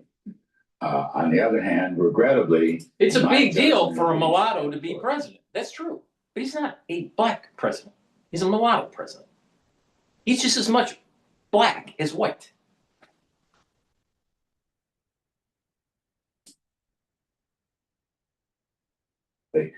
His domestic policies were terrible, his economic policies were terrible, and his foreign policies were worse. Mm-hmm. And you talk about a managed decline of America's fortunes. He is the embodiment of that, a mismanaged decline. And the good news is President Trump has reversed almost all of them. But history will prove, whether the Trumpian legacy extends beyond or not. We don't know that yet, but certainly he is reversing it. So I give President Obama, that point. I consider it as a civil rights person. I consider it a very important point. When people were screaming, him elevating to the presidency is a major,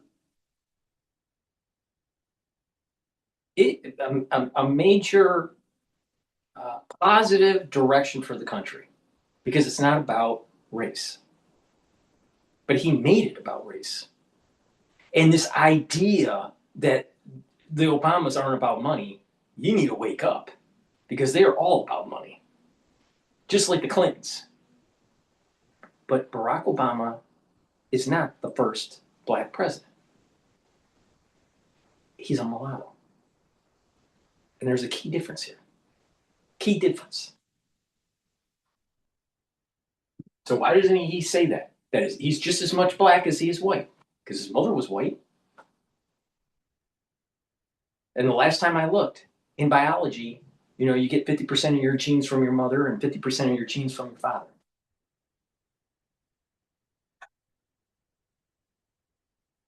Now, his foreign policy and his domestic policy was terrible. He's a socialist. But he's less of a socialist compared to the new crazy socialists that are on online now. But Barack Obama is saying it's all about money. Well, what about this library?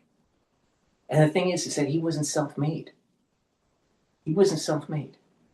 Trump was self-made.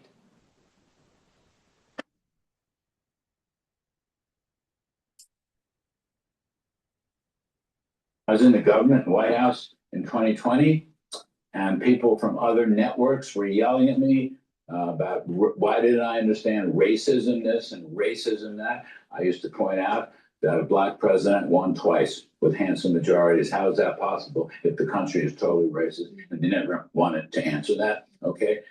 But his policies were awful, my judgment. Well, just listening to that soundbite, we've had a debate on this program about the birth rates falling, why are young men struggling in this society? And if I were opening up a library, I feel like there would be a message of hope, excitement, all of these things. And that was such sort of like a downer. Mm-hmm. And I think that is why there have been studies done that the left is not having kids because they think that the earth is dying, climate change is coming, all hell is breaking loose. The right seems to have a lot of optimism and excitement in future. And we believe that the best is yet to come despite everything in this country. So I think just listening to that, it was like, oh gosh, what a way to open it. Just so down instead of optimistic. And to me, that just encapsulates right now, the left. Right. Yep. And I think that's also reflected. I mean, I hope I can say this, but can we just note the building design? If we have It's about God, country, and family. And it is on the foundation of the Enlightenment. Now, does Barack Obama seem to recognize or appreciate or align with the Enlightenment? I don't think so. It's about life, liberty, and property rights, not taking from people. Barack Obama is about taking from people. Secondly, God, country, and family. Do you think that the left actually has an affinity for God? Most of them are atheists or agnostic. Country, they hate the country. They don't respect our American flag. And they want to destroy the Constitution.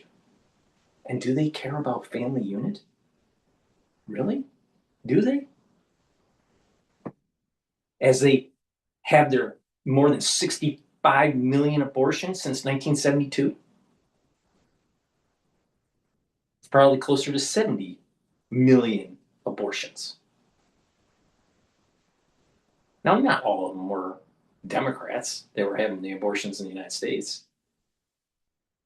But the point I'm making here is that the Democratic Party is not aligned with God, country, and family and the Enlightenment. Therefore, they're antithetical to our constitutional republic. And because of that, conservatives need to push back.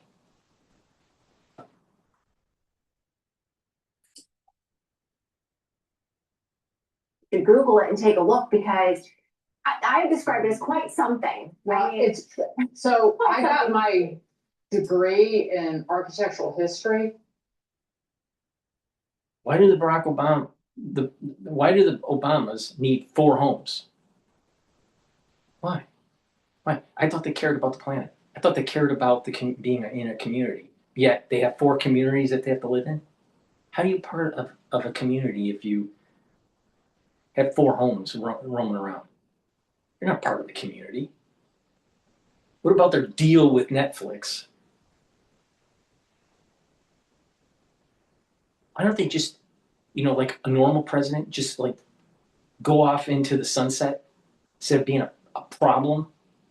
No, he still needs to exercise control of the Democratic Party because the Clintons are now sunsetting. They don't have the energy, they're too old, and the Obamas are right there to influence the midterm election and the general election in 2 years.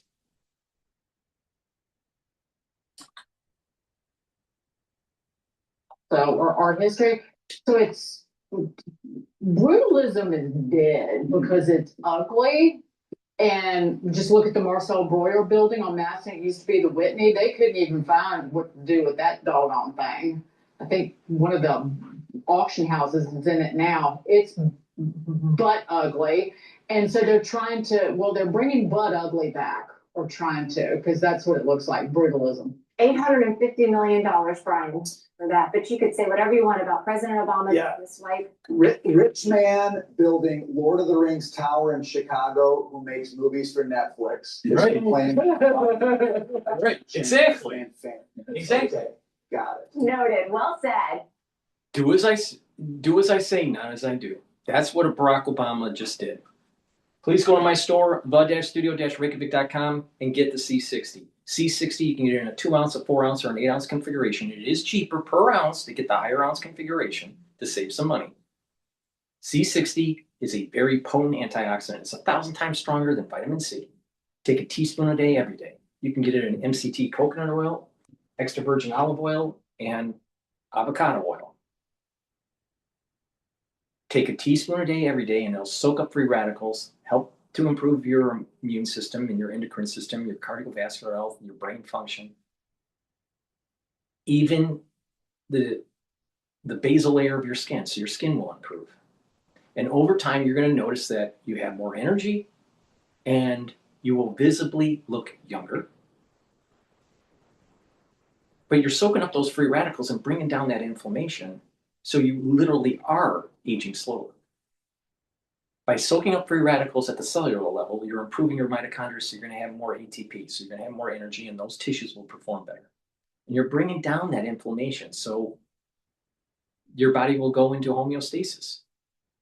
Take a teaspoon a day, every day, preferably on an empty stomach. Now, at the vascular level, it's going to soak up free radicals and reduce plaque formation. At the brain level, your neurons will have less stress, less inflammation, soak up free radicals. Your mitochondria within the neuron will produce more ATP. They'll have more energy to produce the neurotransmitters. And what will happen is that you'll have positive neuroplasticity, so you'll be able to think faster and have better memory. Take this every day, teaspoon a day. I've been doing this for over 10 years. This is a major part of my anti-aging protocol. Now, what's the protocol? It's really simple. It's very simple. You have a probiotic as a foundation to improve your gut biome. You have the Max 35 cleanse or Max 14 to improve your innate immune system. That's the first pillar. The second pillar is the C60 to soak up the free radicals and keep down that inflammation. The third pillar, turmeric, ashwagandha, and lignans. Boost up that immune system, help with your cardiovascular system and your endocrine system. And Boomer Boost has the minerals and multivitamins and other compounds to boost up your energy levels, improve your brain function, help with your cardiovascular system, help with your musculature, rev up your metabolism, and slow down the aging process. Keep down inflammation and soak up free radicals. When you stack that all together as a protocol, and you do a little bit of resistance training, a little bit of cardio, you want to be more resistance training versus cardio, you want to build some muscle, drink filtered water, stay away from processed foods, learn new things, talk to people in the real world, get plenty of sleep. When you do that holistically, you're going to slow down the aging process radically. And you're going to be able to add 10, 20, 30 years to your life. You can take my advice or don't take my advice. I really don't care. Because the only person that is going to help to improve your life, help to improve your health, is yourself. You got to look in the mirror and say, you are in control of your destiny. Please go to my store, the-studio-reykjavik.com. Thank you for listening. That's the end of my broadcast. And beware of the socialist. Thank you for listening, and have a nice day.